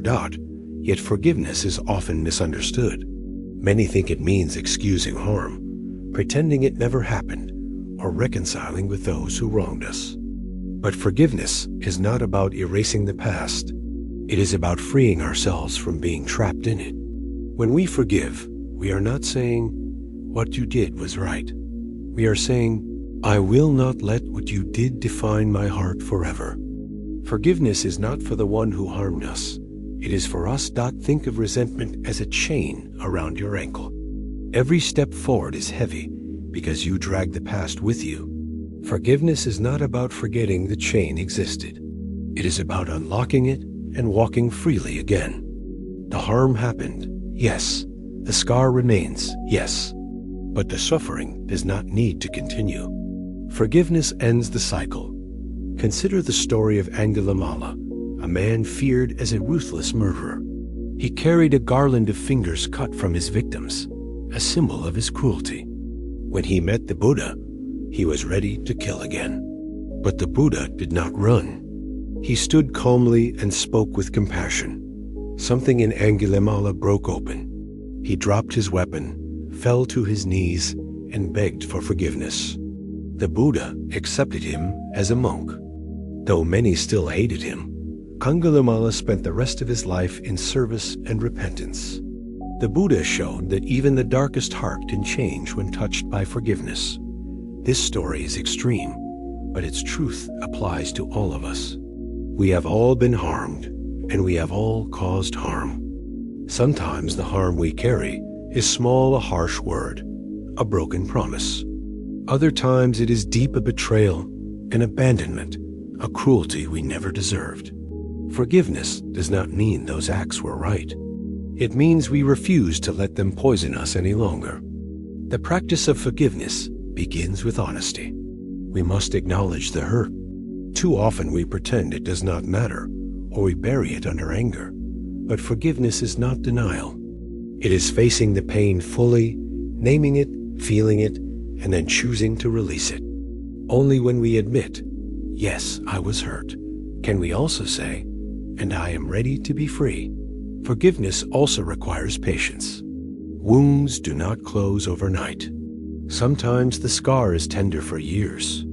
But each step toward forgiveness, each softening, each letting go is progress. It is like untangling a knot in rope. You may not undo it all at once, but with care, the knot loosens. With time, the rope is free. There is also self-forgiveness. Many carry guilt heavier than any harm done to them. We replay mistakes, regret choices, condemn ourselves endlessly. But holding guilt is no different from holding resentment. It is a chain we drag through life. Self-forgiveness is not pretending we did no wrong. It is acknowledging our humanity. We have stumbled, yes. We have failed, yes. But we are more than our mistakes. To forgive ourselves is to say, I will learn, I will grow. I will not punish myself forever. The Buddha reminded his followers that hatred cannot coexist with forgiveness. If we cling to hatred, we remain trapped in the cycle of harm. Forgiveness breaks the cycle. It is an act of courage because it means stepping into vulnerability. It means saying, I choose peace over revenge, healing over bitterness, freedom over chains. Consider a village where two families fought for generations, each knew wrong fueling the next. One day, a young man chose differently. He laid down his weapons. He forgave the past. He refused to continue the feud. Slowly, others followed. The fight that had lasted lifetimes ended, not with victory, but with forgiveness. What no battle could achieve, compassion and forgiveness accomplished. Asterisk forgiveness also brings lightness. Think of the times you have carried anger. Your body was tense, your chest tight, your mind restless. Now think of a time you forgave, truly forgave. The body softened, the breath deepened, the heart lifted. Forgiveness is medicine, not only for the spirit, but for the body. It heals us inside and out, and forgiveness is not a one-time act. It is a practice. Old wounds may resurface. Anger may rise again. In those moments, we must forgive again. Each time we do, the burden grows lighter. Each time we do, the heart grows freer. Forgiveness is a path we walk, not a door we pass through once. The gift of forgiveness is that it turns pain into wisdom. Instead of being defined by what hurt us, we become defined by how we transformed it. Our scars no longer chain us, they teach us. They remind us of resilience, of strength, of the power of letting go. And so, forgiveness becomes not only a release, but a rebirth. It clears the ground of old bitterness so that new compassion can bloom. It allows us to step into the present unburdened, ready to love again, to trust again, to live again. From here, the journey continues naturally, because once we forgive, once we free the heart from chains of resentment, what remains is openness. And in that openness, we are ready for one final teaching, peace itself. The peace that comes when we stop clinging, stop resisting, stop grasping, and simply rest in the freedom the Buddha pointed toward. That is where we now turn. Forgiveness is not weakness. It is one of the strongest acts the heart can choose. Anyone can cling to anger. Anyone can repeat the old stories of harm. But to forgive is to rise above the cycle, to break the chain that has bound not only the other, but yourself. It takes courage to look at pain without turning away. It takes strength to say, I will not let this pain own me anymore. Forgiveness is strength wrapped in gentleness. Not often people wait for an apology before forgiving. They say, I cannot forgive until they admit what they did. But the truth is, many apologies never come. If forgiveness depends on the other, we may wait forever. The Buddha reminded us that liberation lies in our own hands. Forgiveness is a choice we make for ourselves. It does not require the other to change. It requires us to release. There is a practice for this. Sit quietly and bring to mind someone who hurt you. Feel the pain, but do not drown in it. Then, with each breath, repeat silently, I forgive you. I release you. May you be free. May I be free. At first, the words may feel forced, even impossible. But with repetition, the heart begins to soften. The anger loosens its grip. One day, without warning, you realize you are no longer carrying the weight. Forgiveness has taken root. Self-forgiveness can be practiced the same way. Bring to mind a mistake, a regret, a memory that still haunts you. Feel it fully, and repeat gently, I forgive myself. I release myself. May I be free. May I live with ease. Slowly, the chains of guilt begin to loosen.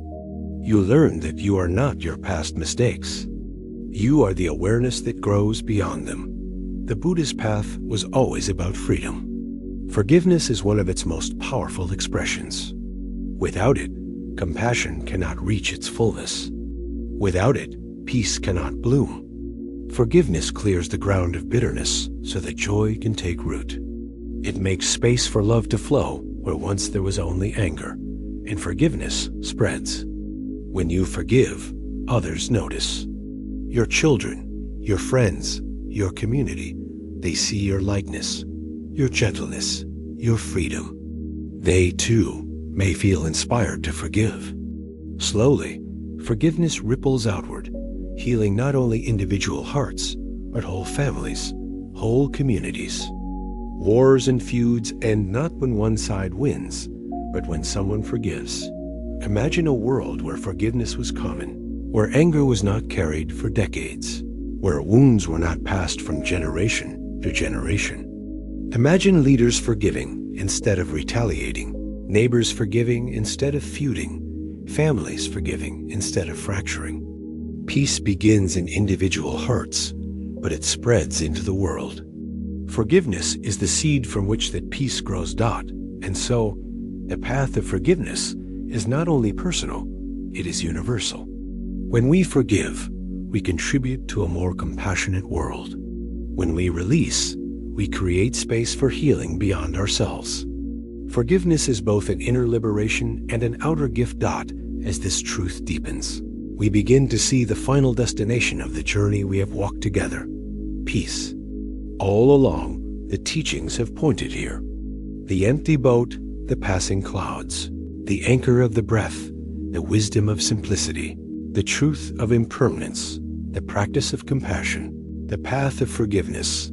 They are all doors leading to the same room. A room of stillness, of freedom, of peace. And so, as we close this chapter, we prepare to enter that room. To rest in peace, not as an ending, but as a way of living. The final teaching is not about escape from life, but about living life fully, calmly, with an open heart. That is where our journey now leads. Peace is what every heart longs for. Beneath our striving, beneath our anger, beneath our endless search for success or comfort, what we truly want is peace. The Buddha understood this. He saw that all beings, human and otherwise, move through life seeking safety, seeking rest, seeking ease, and he taught that peace is not found by escaping life. nor by controlling it, but by meeting it with awareness, compassion, and freedom. Peace is not the absence of challenge. It is the presence of clarity. Often, we imagine peace as a distant place. One day, we tell ourselves, when I finish my work, when I have enough money, when I solve my problems, then I will rest. But peace is not a reward waiting at the end of life's race. Peace is available now, in this very breath, in this very moment. To wait for perfect conditions is to wait forever. The conditions for peace are already here. Awareness, presence, letting go. Think of a lake. When the wind is strong, the surface ripples and churns. But beneath, the water is still. In the same way, the surface of our lives is often stirred by problems, responsibilities, conflicts. But beneath, within us, there is a stillness untouched by these waves. To discover peace is to touch that stillness, to remember that it is always there, waiting. The Buddha called this inner stillness nibna, the cooling of the fires of greed, hatred, and delusion. It is not a place, but a state of being, a way of living free from grasping and fear. Peace is not about having everything go our way. It is about no longer needing everything to go our way in order to be at peace. This peace begins with acceptance. Life brings both joy and sorrow, success and failure, health and illness, birth and death. To demand only joy, only success, only comfort is to fight against reality. But to accept the full spectrum of life is to rest in it. Peace does not come from controlling the storm, but from learning to stand calmly in the rain. Consider a farmer who plants seeds. Some years, the rain is generous and crops flourish. Other years, drought withers the fields. The farmer cannot control the sky, but he can control his response. He can meet each season with patience, with care, with resilience. Peace is like that. We cannot control the conditions of life, but we can cultivate the mind that meets them. Peace also comes from simplicity. When the heart is cluttered with endless desires, it cannot rest. When the mind is tangled in worries, it cannot breathe. But when we return to what is essential, breath, awareness, compassion, life feels spacious again. Peace is not adding more. It is needing less. And peace comes from forgiveness. Without forgiveness, old wounds continue to sting. Without forgiveness, anger festers, fear grows, the heart hardens. But when we forgive, when we let go of the past, space opens for peace to enter. Forgiveness is the doorway. Peace is the room beyond. The Buddha often compared peace to a flame being extinguished, not extinguished in despair, but extinguished in relief, like a fire finally cooling after burning too long. When the fires of craving, hatred, and ignorance cool, what remains is peace. Not emptiness, but fullness. Not loss, but freedom. To live in peace does not mean withdrawing from life. It means walking gently within it. It means speaking with kindness, acting with care, resting in awareness. Peace is found in the way we eat, the way we breathe, the way we speak to a stranger, the way we listen to a friend. It is not separate from daily life. It is the heart of daily life. There is a story of a monk asked, "What do you gain from meditation?" The monk replied, "Nothing. But let me tell you what I lost. Anger, anxiety, fear, and insecurity. This is the essence of peace." It is not about gaining something new, but about losing what weighs us down. When the burdens fall away, peace is what remains, and this peace radiates outward. A peaceful heart creates peaceful speech. Peaceful speech creates peaceful actions. Peaceful actions create peaceful communities. One person at peace becomes like a candle lighting many others, spreading calm without being diminished. The world needs peace, and it begins in the heart of each person who chooses it. As we walk deeper into this truth, we see that peace is not passive. It is active. It requires practice, intention, courage. It asks us to pause when anger rises, to breathe when fear grips us, to choose kindness when judgment tempts us. Each choice is small, but together they form a life of peace. And as this life unfolds, something remarkable happens. The longing for peace turns into the living of peace. We no longer chase it outside ourselves. We discover it within. It was here all along, waiting for us to notice. From here, the journey continues into the heart of peace itself, the practice of living it moment by moment, breath by breath, choice by choice. This is where we turn next. Peace is not something we need to chase. It is something we uncover. Like the sky behind clouds, it has always been there. Our fears, our cravings, our anger, they are the clouds. They pass. The sky remains. When we stop clinging to the clouds, when we rest in awareness, the vastness of peace reveals itself. But peace is not meant to stay locked inside meditation halls or mountain retreats. True peace must enter the marketplace, the workplace, the kitchen, the streets. The Buddha walked among kings and beggars, among merchants and monks. He showed that peace is not separate from daily life. It is found within it. The way you stir a pot of soup, the way you answer a phone call, the way you look into the eyes of a loved one. Each can be filled with peace if done with awareness and care. Peace is also resilient. It does not mean that life will be free from storms. It means that even in the storm, we remember the stillness beneath. When insulted, we do not need to strike back. When loss comes, we do not need to collapse. When fear arises, we can breathe and stand firm. Peace does not remove the storm. It anchors us within it. And peace is generous. A peaceful person naturally radiates calm. Others feel safer around them, more at ease. Think of someone you know who carries quiet strength. Their presence itself feels like rest. You can be that presence for others. Your peace can be a refuge, not only for yourself, but for everyone you touch. To live in peace also means to live in harmony with the world. When we harm the earth, we disturb peace. When we consume endlessly, we disturb peace. When we live with gratitude and simplicity, when we respect all forms of life, peace deepens.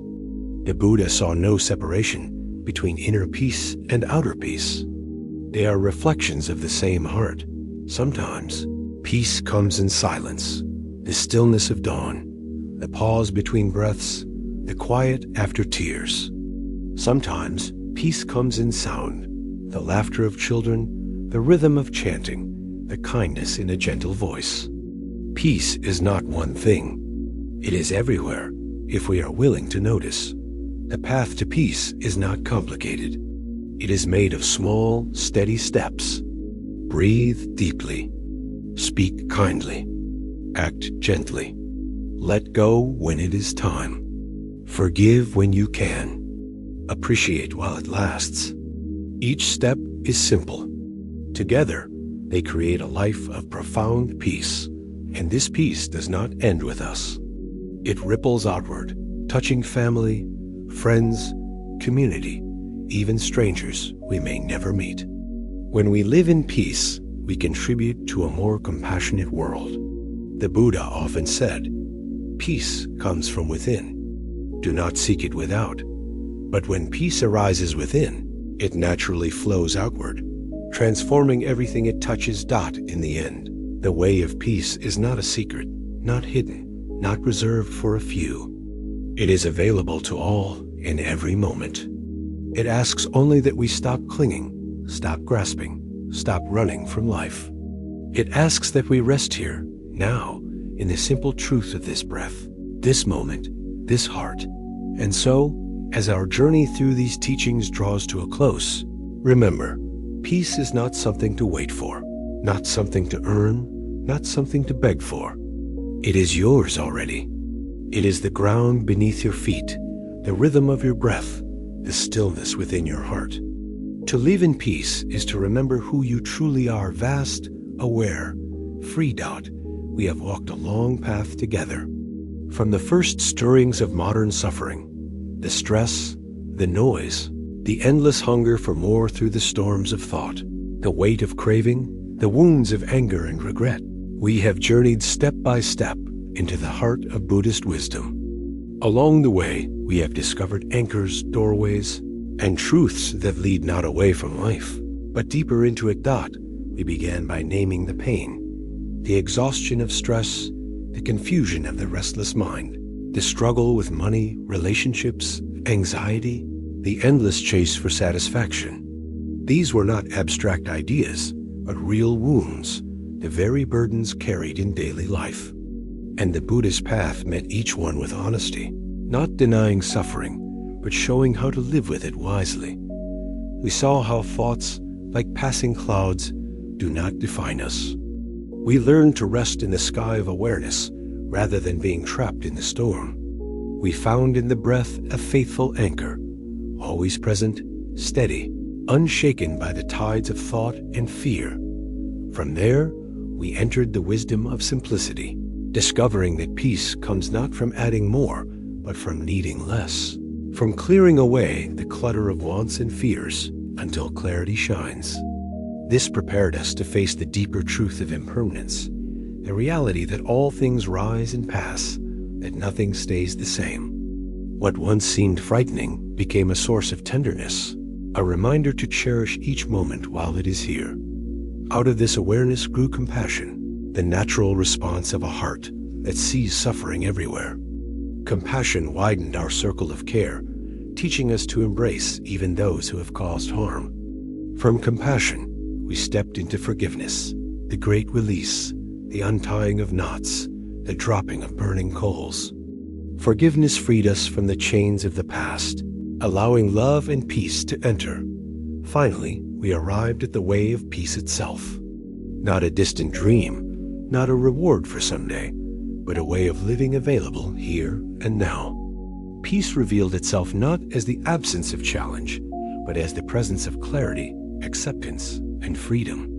Peace is the still lake beneath the ripples, the sky behind the clouds.